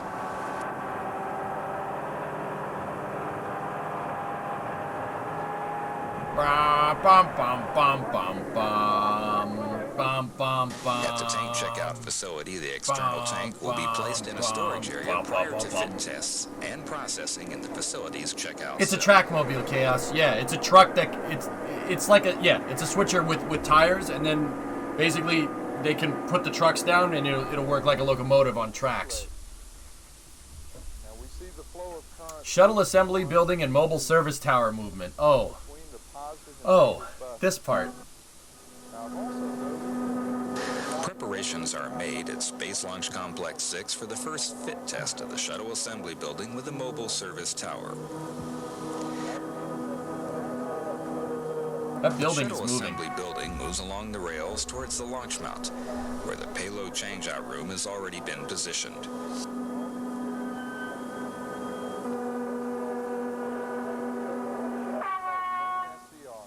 When configured with the mobile service tower, the entire ensemble will provide Kind a of complete thing. enclosure for the shuttle components. Oh, that's awesome.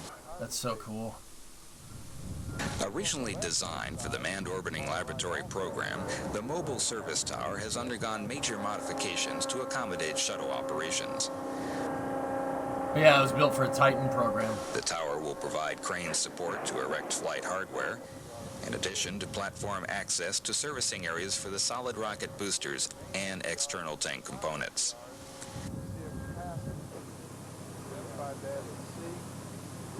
In a similar manner, hydraulic pressure is employed to move the structure towards the launch mount.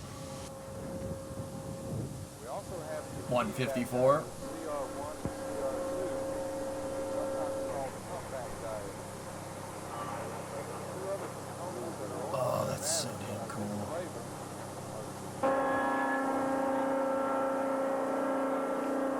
Testing ensured the capability of the structures to interface with one another and represented another in a series of milestones at Space Launch Complex 6. The narrator's real accent came out there for a second. Here, it demonstrates the ability to interface with the shuttle.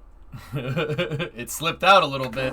Testing ensured the capability of the structures to interface with one another and represented another in a series of milestones at Space Launch Complex 6.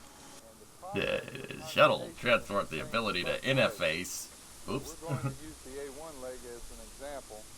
And as I said, the process is identical for the A2 leg or any of the other inverter legs. Yeah, we saw it, Thomas. Excuse me.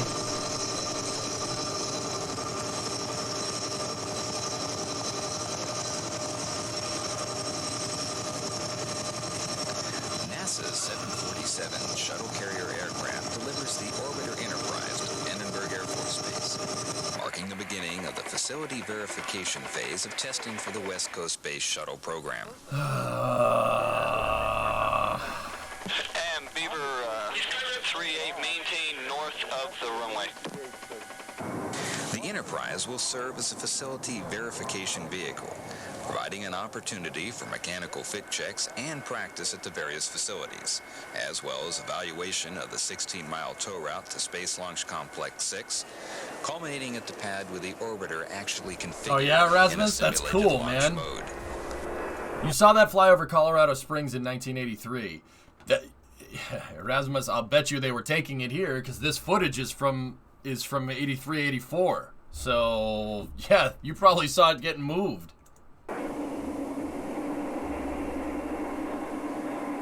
The aircraft That's cool, orbiter man. combination will be towed and positioned at the orbiter lifting facility for subsequent demating operations. M9, yeah. Although 2 previous orbiter fit checks have been conducted, this would be the first time an orbiter would actually be lifted from the transporting aircraft. Now, obviously, the current can't go down through Oh, the nice headset. The facility includes the orbiter lifting frame, which provides hoisting capabilities, ground Oh, hydraulic look, the and pins we were power talking systems, about yesterday. a There lifting they are. sling, stabilizing equipment, and access stands. Also, it can't go back up through Q1. That would also be a current flow in a reverse direction through a semiconductor. I don't know what that With the guy in detachment the of the background is final talking about. He's constraints talking between about the aircraft electrical and the engineering. orbiter, hoisting operations begin. Interesting, the military wanted to get their hands on the shuttle program. Dude, they were involved in the research and development from 1972 to 1985.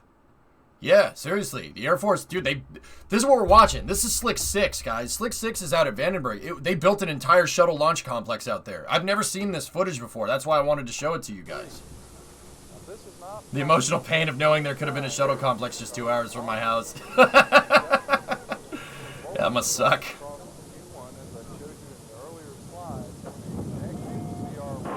When the orbiter is elevated to a sufficient height, its transporting aircraft is towed to the parking apron. Oh, that's so legit! I want it. I want 3. Give me 3 of them. No, 4. No, 8.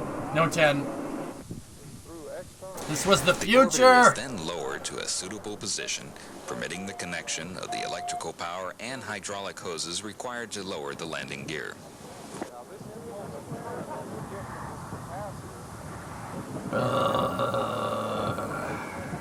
Yeah, Robert, for Upon sure. completion, the orbiter slings will be released and preparations made for towing activities the following day. Realize that the current through the transformer primary is fixed. In other words, Orbiter maintenance and certain checkout amount of facility. current required there, and it doesn't really matter whether it comes from Q1 or from the commutation capacity.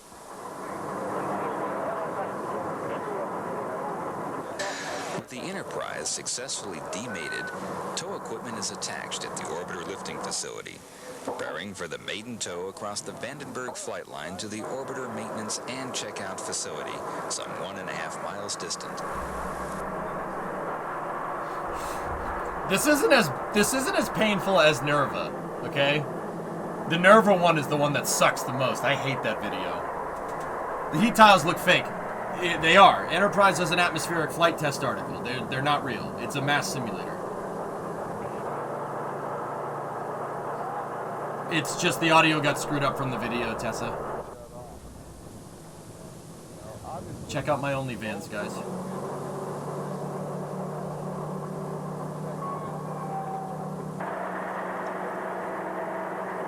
With a wingspan of over 78 feet and a length of nearly 123 feet, the Enterprise has historically been at the forefront, providing valuable aerodynamic parameters during the first drop test conducted at Edwards Air Force Base. Units I don't have to back convert make me happy. 78 by 183. That's what I'm talking about. I'll drink to that. Oh yeah, Elvis? That's cool, man.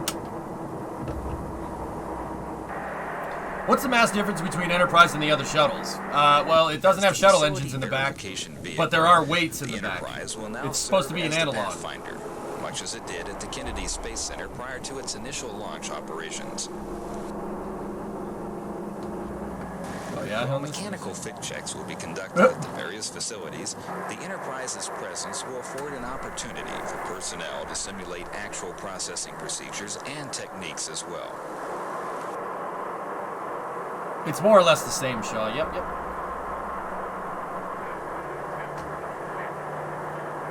The orbiter maintenance and checkout facility is defined as all the equipment, low and high base structures, support and storage areas, and all other necessary facilities and services required for the maintenance, repair, refurbishment modification, deservicing, and functional checkout of the orbiter. Once secured, platforms will be lowered and processing will begin. Charge in the opposite direction as you see here. This is how we reverse the charge on the Solid rocker booster retrieval and disassembly. Port next commutation cycle. Port Mimimim. Now, the very Port next Unime? step is to go ahead and Or remove the Hueneme. gate signal to the COM SCR. Now, Oh, let's that's do north. that. That's really north of the site. Wait a Once we minute. Hold remove on. the gate signal, Hold on one second. That's north, I remember. Did someone already link this? Most likely. South? Are you sure? Well.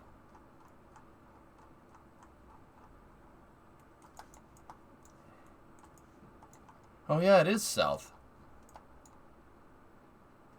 I remember flying over that port in Flight Sim, so yeah, that would make sense.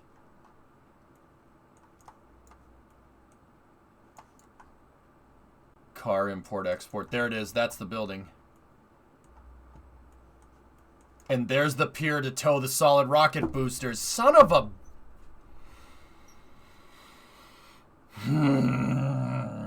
They float the solid rocket booster in here, they pick it up, and then they process it right there. And let me guess. There's train tracks that go into this building. Oh, yes.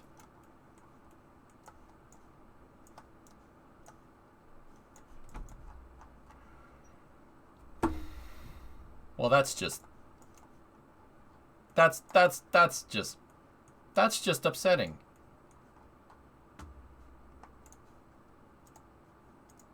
to the COM SCR Q3, we see that it shuts off naturally. Once the capacitor is charged up fully, the current through Q3 will drop to Well, they didn't, Saichi. This is where they were going to. traps onto the capacitor as you see here. Now what we've accomplished in all this is that main SCR Q1 has been turned off and main SCR Q2 is now on play each time the gate command signal changes state.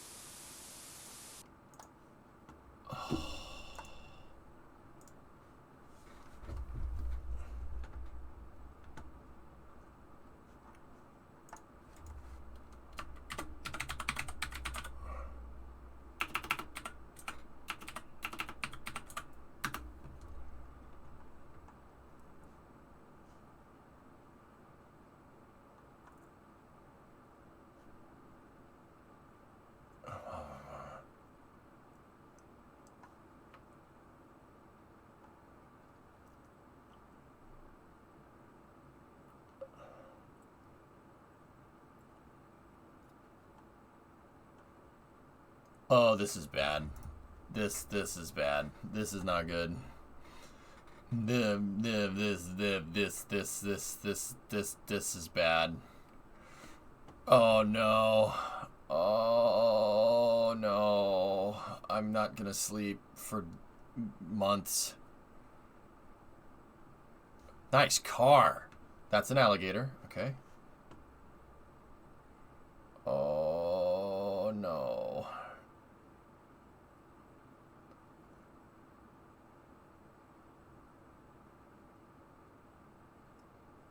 Oh, there's so much stuff.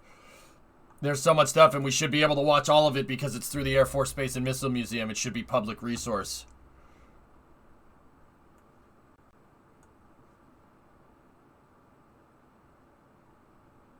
I spent 4 nights on this channel. Link, please. We might be able to bring back movie night with this. There might be enough here.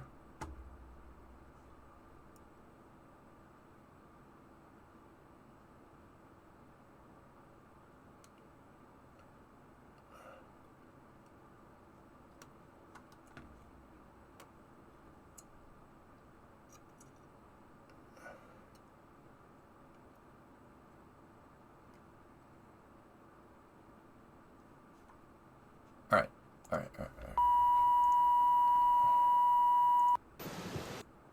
The DoD payload specialist. They get into a modified recreational vehicle for the trip out to the pad. Astronaut John Young, the head of the astronaut office, accompanying them out before they get to the pad.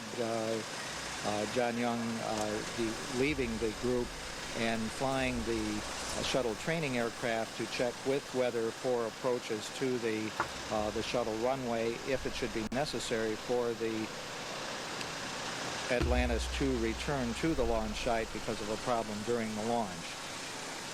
In this particular mission... You wonder where the bus is now? It's in Kennedy Space Center Visitor Complex, dude. It's sitting underneath Atlantis. That's a modified Airstream 310. Here, check it out. Airstream 310. That exact one is sitting in KSC. Or KSCVC, I should say. They're cool, man. Airstreams are cool. They're cool trailers. And, well, RVs in this one. That's a... Dude, look at that thing. That thing is cool, man. You know, unlimited budget, guys, I'd find one. Unlimited budget? See, you know, everybody wants to build, you know, like, I don't know, you know, build like, you know, a studio here, a studio there, like Timmy's Studio B, right, at Vokes. And I'm not saying that that's not cool, because that's amazing, and I frankly can't do better. That's not what I'm saying. I would build it into this. Seriously, build out one of these and put a studio for streaming in the back. Not kidding. I would make this happen. Why isn't Tesla building electric RVs? Got to figure out how to build a truck first. Starlink on the top. Yep. Airstreams are cool, man.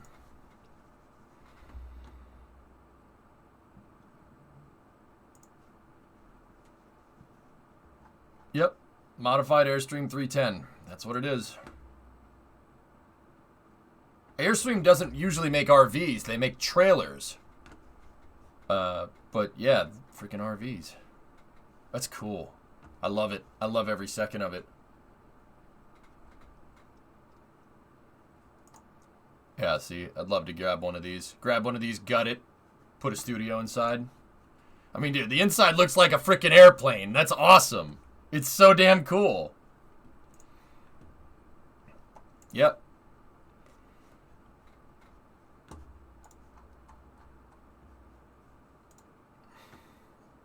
That would be really, really cool. The press not present at the departure of the crew, however... All systems on Atlantis appear to be go at this time. This is Mission Control. Perform the auxiliary power unit pre-start. Man, I miss this thing so much. Everything going smoothly as we proceed towards a liftoff. This used to be right up the road from you? Oh, I don't like that. T-minus 6 minutes, 30 seconds, and counting. T-minus 1 minute, 15 seconds, and counting. The liquid hydrogen tank now at flight pressure.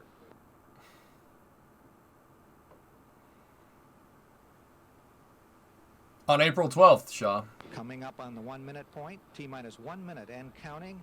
The firing system for the sound suppression water system now armed. And the hydrogen igniters under the orbiter's engines have been armed. These devices ensure that any hydrogen is ignited prior to building up. What's April 12th? Anniversary seconds. of STS-1. Just seconds away from and switching command of the flight. countdown to the onboard computers. T-minus 35 seconds. Dude, watching one of these go T-minus was 31 so seconds, cool. and we're switching control. We have go for auto sequence start. And we have the sequencer on the orbiter now controlling the final seconds to launch. 20 seconds and counting. The body flap and speed bake in launch position. Bake! T-minus 12, 11, 10. Have go for main engine start. T-minus 6. We have main engine start. 2, 4, 1. 3, 2, Booster ignition. 1. Ignition and liftoff. Liftoff of Atlantis. A new orbiter joins the shuttle fleet, and it has cleared the tower. Got a roll program. Roll program initiated. Crew confirms roll maneuver.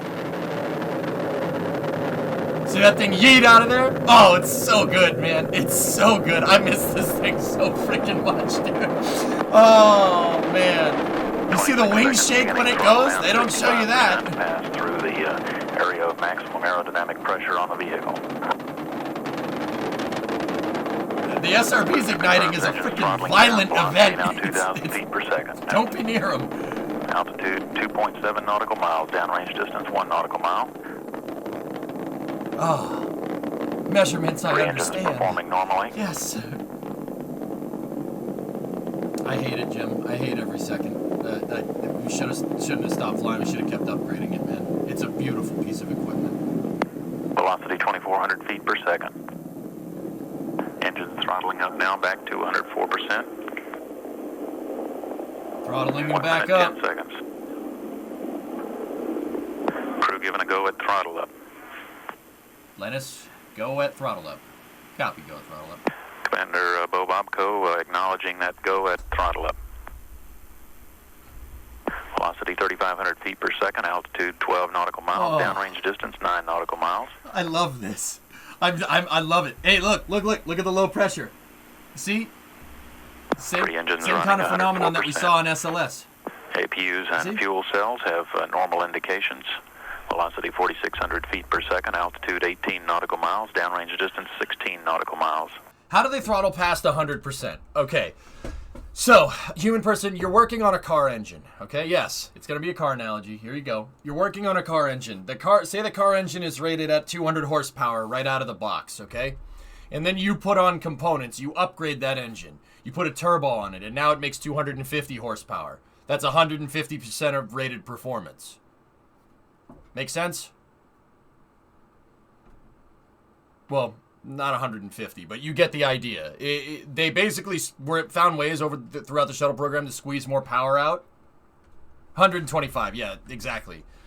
They found ways to squeeze more power out of the shuttle engines, and they're working. 100% is their initial baseline configuration from when they started flying, and that's a baseline configuration they still use. They still use it with SLS. Also, shuttle engines go to 11. Coming up on approximately the 2-minute point at which SRB separation will occur. Standing by for separation. Crew confirms PC less than 50. Chamber pressure. And we have solid rocket separation. Confirmed. Guidance systems now converging. Guidance converging as programmed. Velocity 5,500 feet per second. Altitude 28 nautical miles. Oh, I miss you. Downrange distance 34. Oh, I miss that thing so much. 3 engines still running 104%. Onboard computers commanding the main engine Velocity nozzles to 5,800 swivel. feet per second. First stage performance nominal. Crew advised of nominal first stage performance. 2-engine transatlantic abort capability. 2-engine TAL. Where is Atlantis? Kennedy Space Center. It's back in Florida. It's at KSCVC. It's right at the gate to KSC. Yeah.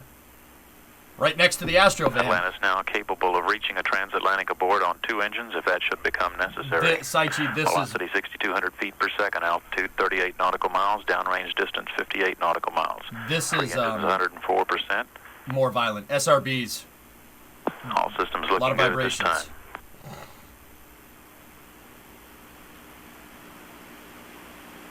At approximately the 4-minute point that we will reach the negative return call.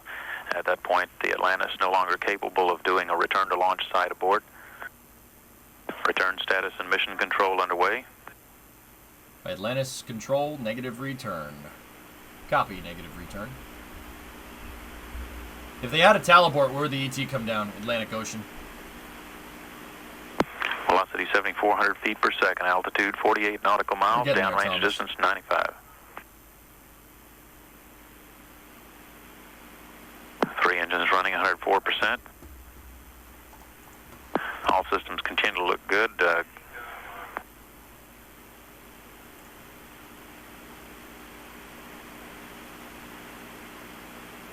Standing by for negative return. Crew advised negative return. Atlantis no longer capable of returning to launch site in the event of an abort. All systems in mission control give a go. 4 minutes 15 seconds. Velocity 8,800 feet per second. Altitude 54 nautical miles. Downrange distance 143 nautical miles. 3 engines still performing normally. 3 good APUs and 3 good fuel cells. I love it. I don't have to back convert it. It's so nice. Can more vehicles launch like this?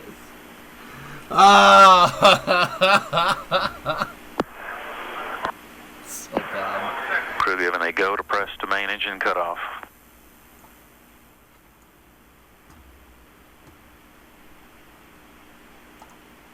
Does that mean the engines are slowly destroying themselves? No. The capability of reaching a normal main engine cutoff should there be a single engine failure. Something like that, Super. 5 minutes. Velocity 10,600 feet per second. Altitude 57 nautical miles. Downrange distance 209 nautical miles. I love it. I love it. I love it. I don't have to convert. This is great. I can watch this all day, man.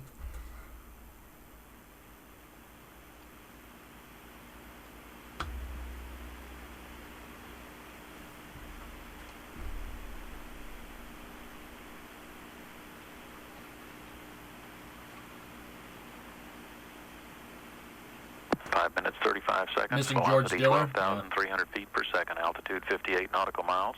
Downrange distance 269 nautical miles. Standing by for the call for single engine transatlantic capability.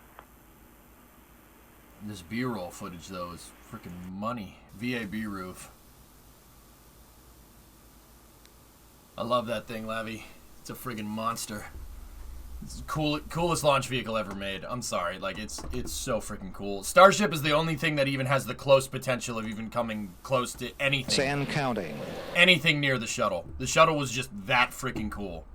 It's like a Ferrari. Like, no, not a modern Ferrari. Like a classic Ferrari. Like you don't. I'm sorry. There's just some things you just can't replace. Starship could be as cool, but it's not as cool as the shuttle. Yeah, baby, yeet! It's freaking awesome. Look at that thing. 6 million pounds of thrust. Unreal. Unreal.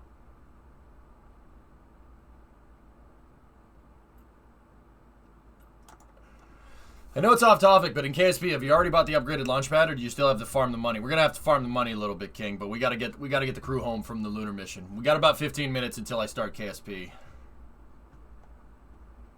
Who thinks of that? Rockwell. It's actually, Lavi, the shuttle's genius. It's really freaking smart. It's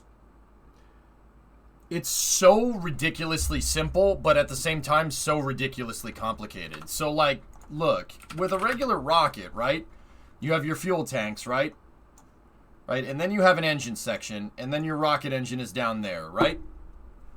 All the shuttle does is just take this, take the engine section, and just put it over here. That's it. That's all it does. And I know you think like, but, and then you have an orbiter attached to the front.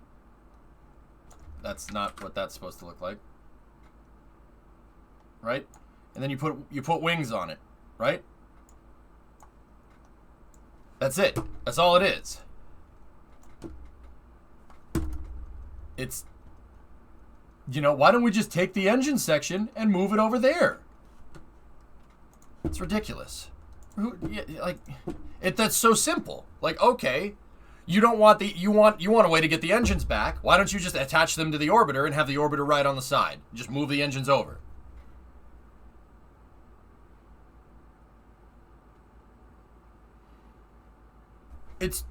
That's really smart. Like that's really smart. That's a really smart idea. I mean, if you look at it compared to all the other shuttle propositions, like all the other designs, that one's really simple. Wicked smart, yeah. I just want to see this part again. Watch how violent the SRB event is in real time. Ignition and liftoff. Liftoff of Atlantis. A new orbiter joins the shuttle fleet, and it has cleared the tower. Mick, what's up, dude? How you doing? That's some big brain stuff. It's also shuttle's just so familiar. It's not like a big shiny rocket. It looks like a plane, feels like a plane. It's not trying to be something more than it is. Yeah, because it can't. All right. Mick, how you doing, man? You winding down for the day or what? All's well? Hell yeah, man. Hell yeah!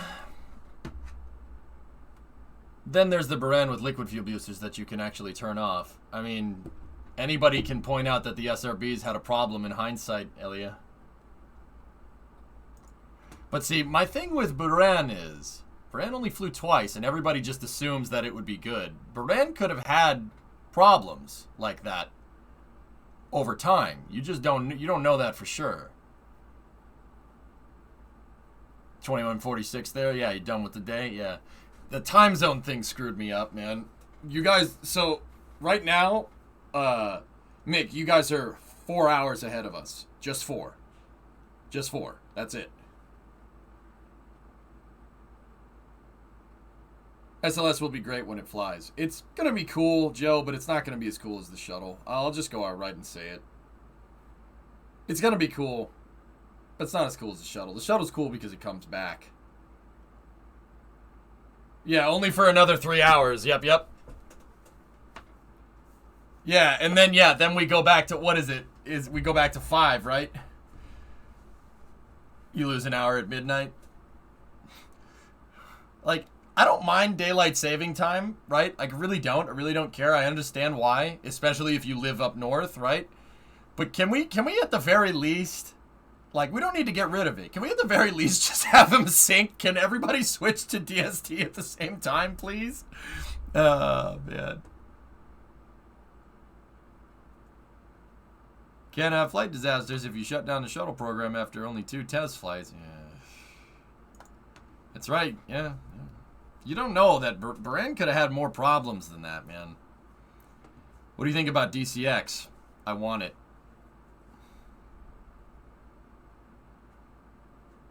You go from UTC +1 to +2. Eey.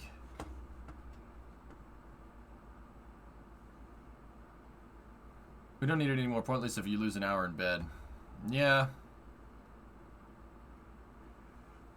Didn't the U.S. change when daylight savings time took effect recently? Yeah. Daylight savings time, it sucks even in Finland. It never makes sense here either. Well, Scientic, I understand it here. In places that are at high, like, do you want it to just be dark all day? Like, you need a Land Rover in your life, time stands still? I may have gotten a lead on something, Mick. May have. Glad you got rid of it. Yep. Does that mean Starship is going to be cooler than the shuttle since both Starship and Super Heavy will come back? Really? Tell you more.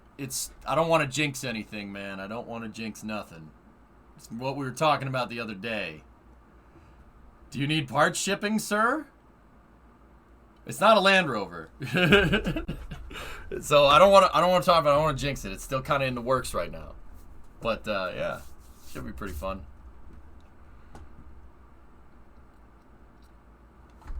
It's not a Land Rover though. It's not a Land Rover.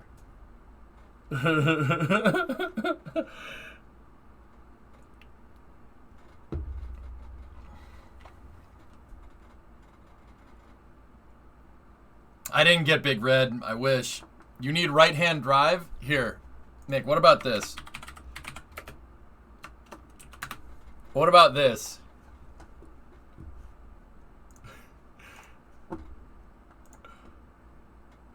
What's wrong with this picture? What's wrong with that picture?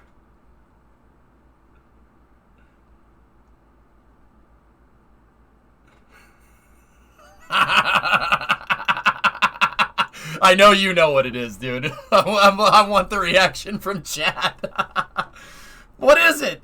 It's all backwards. It's an XR4 Ti, man. We have Sierra Cosworths over here, but they're Merkur XR4 Ti's. Yep, 2.3 turbo, man. Dude, at some point I'll find one of these. Looks like a Mustang. GNAC, so they only made this over here for a certain bit of time because the XR4 Ti's were faster than Fox body Mustangs by a pretty big margin. So Ford said, nope, can't have that. Pulled the program.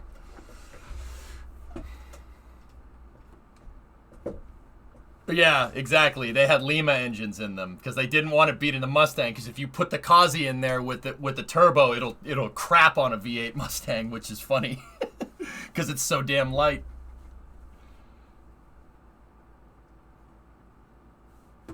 See, Mick, Dude, if I ever hit that, like, big time streamer money, dude, I'll have you build a Kazi. I'll even take it in right-hand drive. I don't care. I'll shift with my left hand. I don't care. It doesn't really bother me at all. If I ever get that streamer money, dude, we're doing it. We're doing it, man. I love Sierra Cosworths. Those things are cool as hell. You come to me, I'll get you one. Don't do this, man. Don't do this, Mick. I have a bad carcane addiction. You are encouraging my problem. This is not good.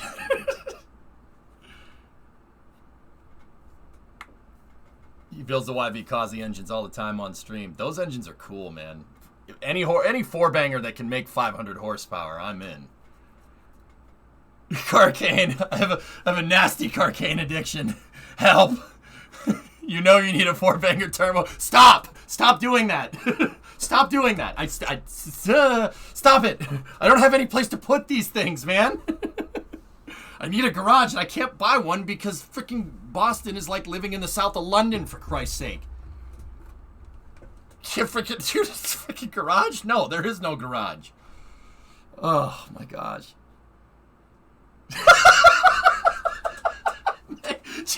Yo, we gotta keep it classy during the day, man. Jesus Christ.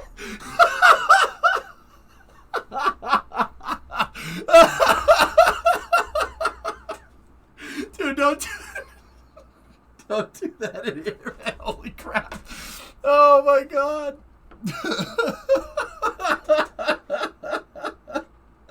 This is so funny, dude. Jesus. Oh my god. Oh, that was good. That was good. That was real good. Mad. That's a Brit message if I ever seen one. What was it? Let's just say that Madford is encouraging my carcane addiction problems. Oh shoot, man, that's awesome. I try. Yep. Oh man. Yeah. I'll let you know more about the what I'm scoping out. I don't know if it's your cup of tea, dude, but we're scoping.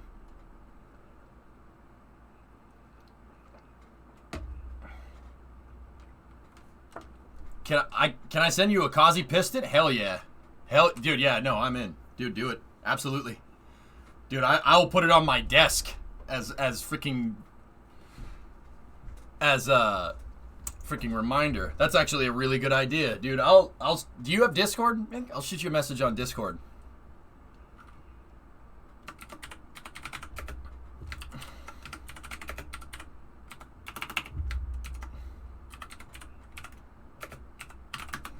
Hang on. I gotta find something. See, and then I can have the piston and I'll hold it in my hand so I can be part of the International Federation of Automotive Purity. It's a community of hands-on members.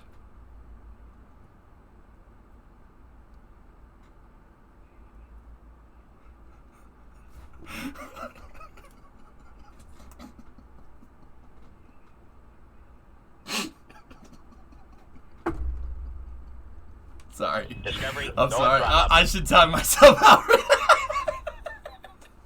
Yeah, the IFAP.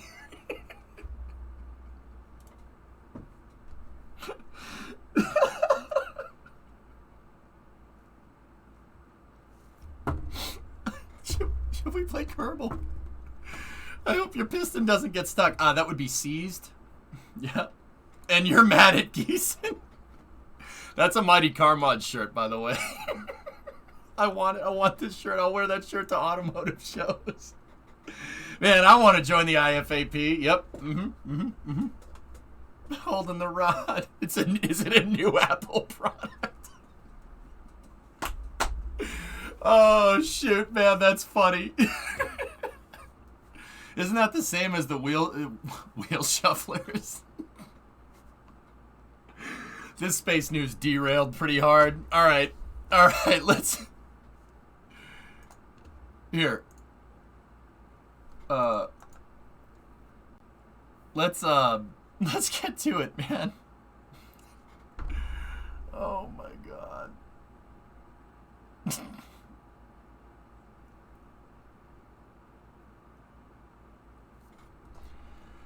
Oh, jeez. Okay.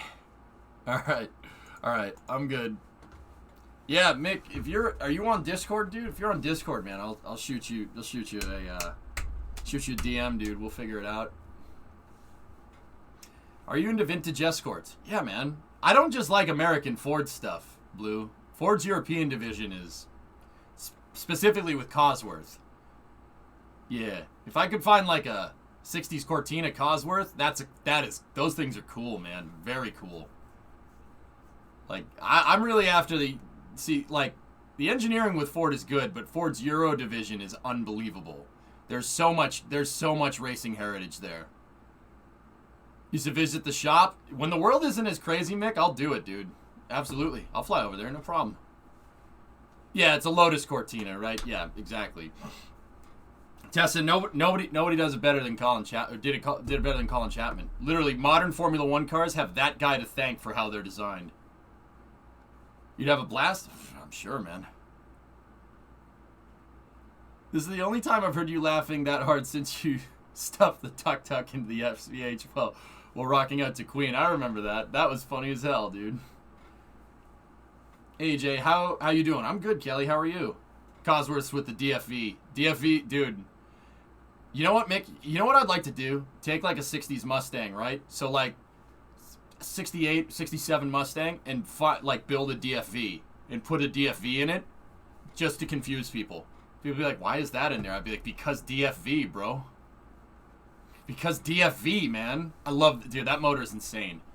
So, you know, a lot of folks don't know, right? Yeah, DFV Eleanor. Yeah, so a lot of folks don't know about Ford Cosworth in Formula One.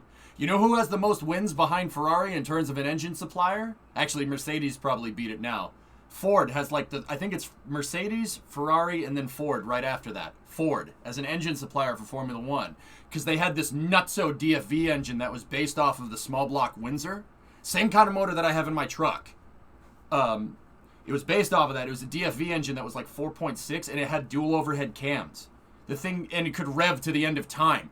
It was so good that they invented the initial versions of the DFV for Formula One in the 60s. And it went all the way into the 90s in Formula One. That's how good that engine is. Then Renault after that? Nah, Tessa, I don't want the Renault to break. Oh, you're talking about Formula One wins. Oops. Yeah, DFV engines are friggin' sick, dude.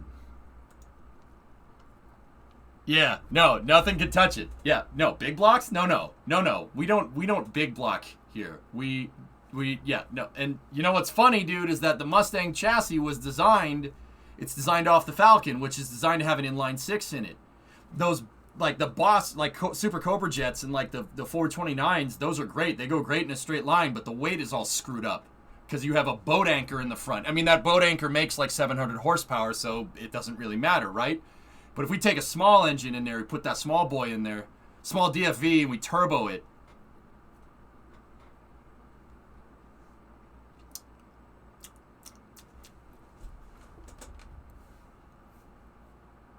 dude, it would scream, dude. It would freaking scream. No one could screw with it. It would destroy at the track.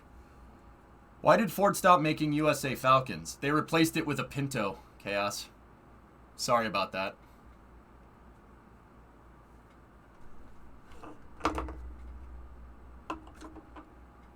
Kelly. Yeah. We replaced it with a Pinto. Mistakes were made.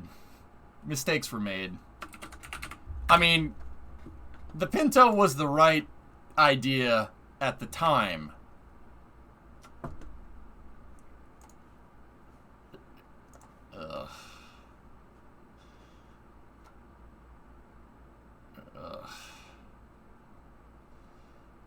Yeah.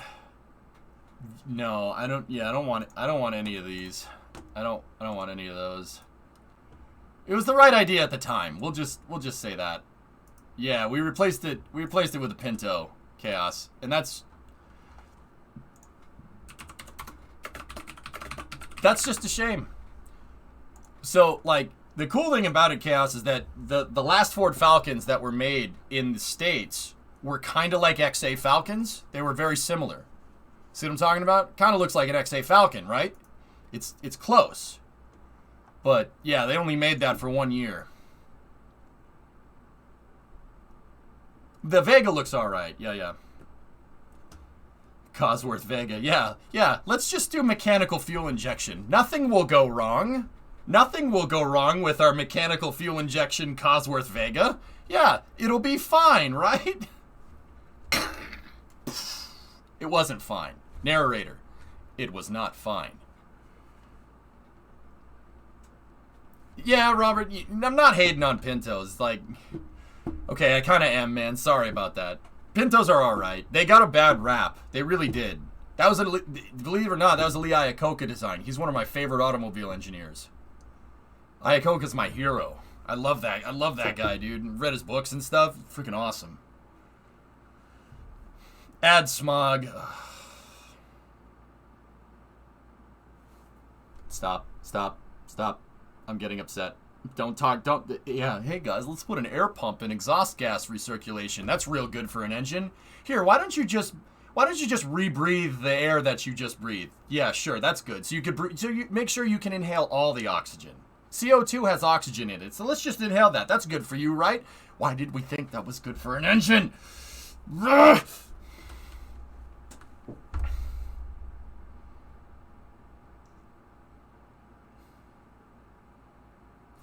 We gotta stop. I gotta do space stuff.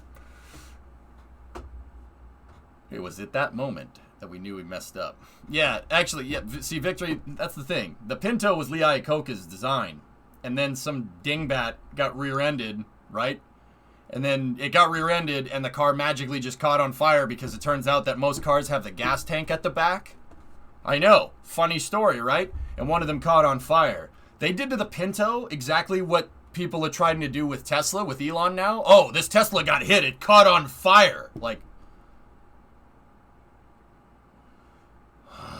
And the Pinto got a bad rap. It really did. Fyodor 2.0 is coming up. Really? Oh, Fyodor? That's cool, man. Excellent.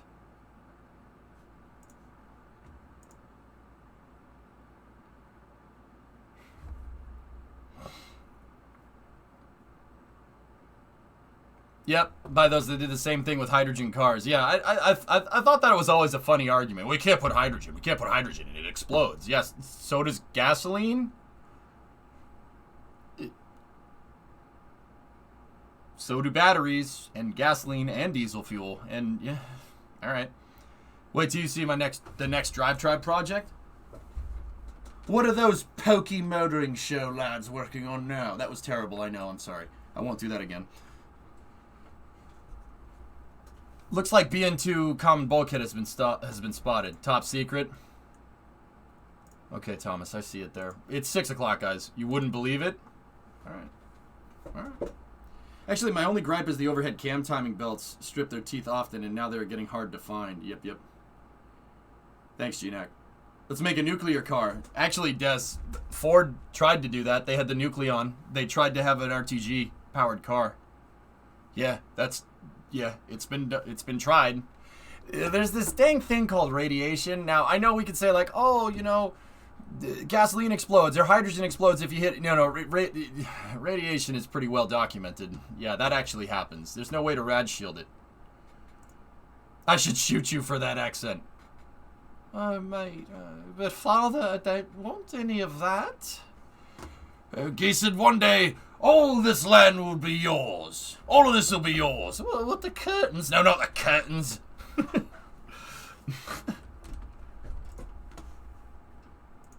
They said I couldn't build a castle in a swamp, so I built it anyway. It fell into the swamp. So I built a second one. That fell into the swamp.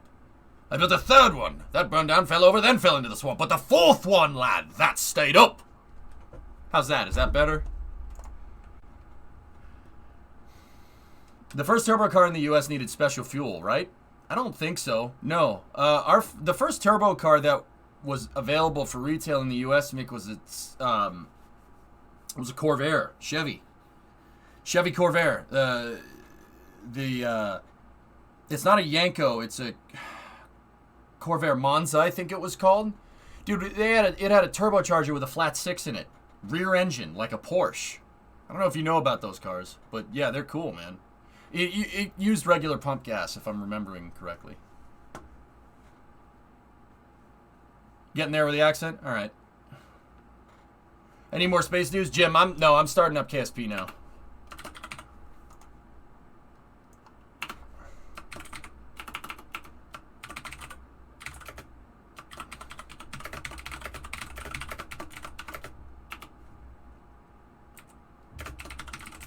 Mission mode part 114.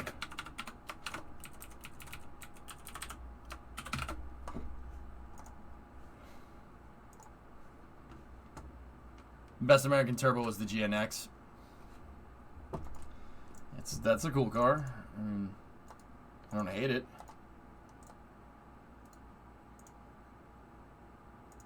Yeah, those 3800 turbos are really cool. That's a really cool thing. But see, once again, the GNX was faster than the Corvette. Couldn't have that. Nope, not allowed. Bye-bye. So they pulled it. So stupid. Can you explain a little bit about thrust to weight ratio? What's good for a first stage and second stage? Cletus, that really depends on the rocket, and it really also depends on the propellants that you're using. It's very similar to a car. Like, diesel engines tend to make more torque, right? And gasoline engines tend to make more power, right? In that regard, first stages are more, you generally want more TWR from your first stage, because the first stage wants to get you out of the atmosphere quick. Second stages, you don't need that much power, not nearly as much. Your second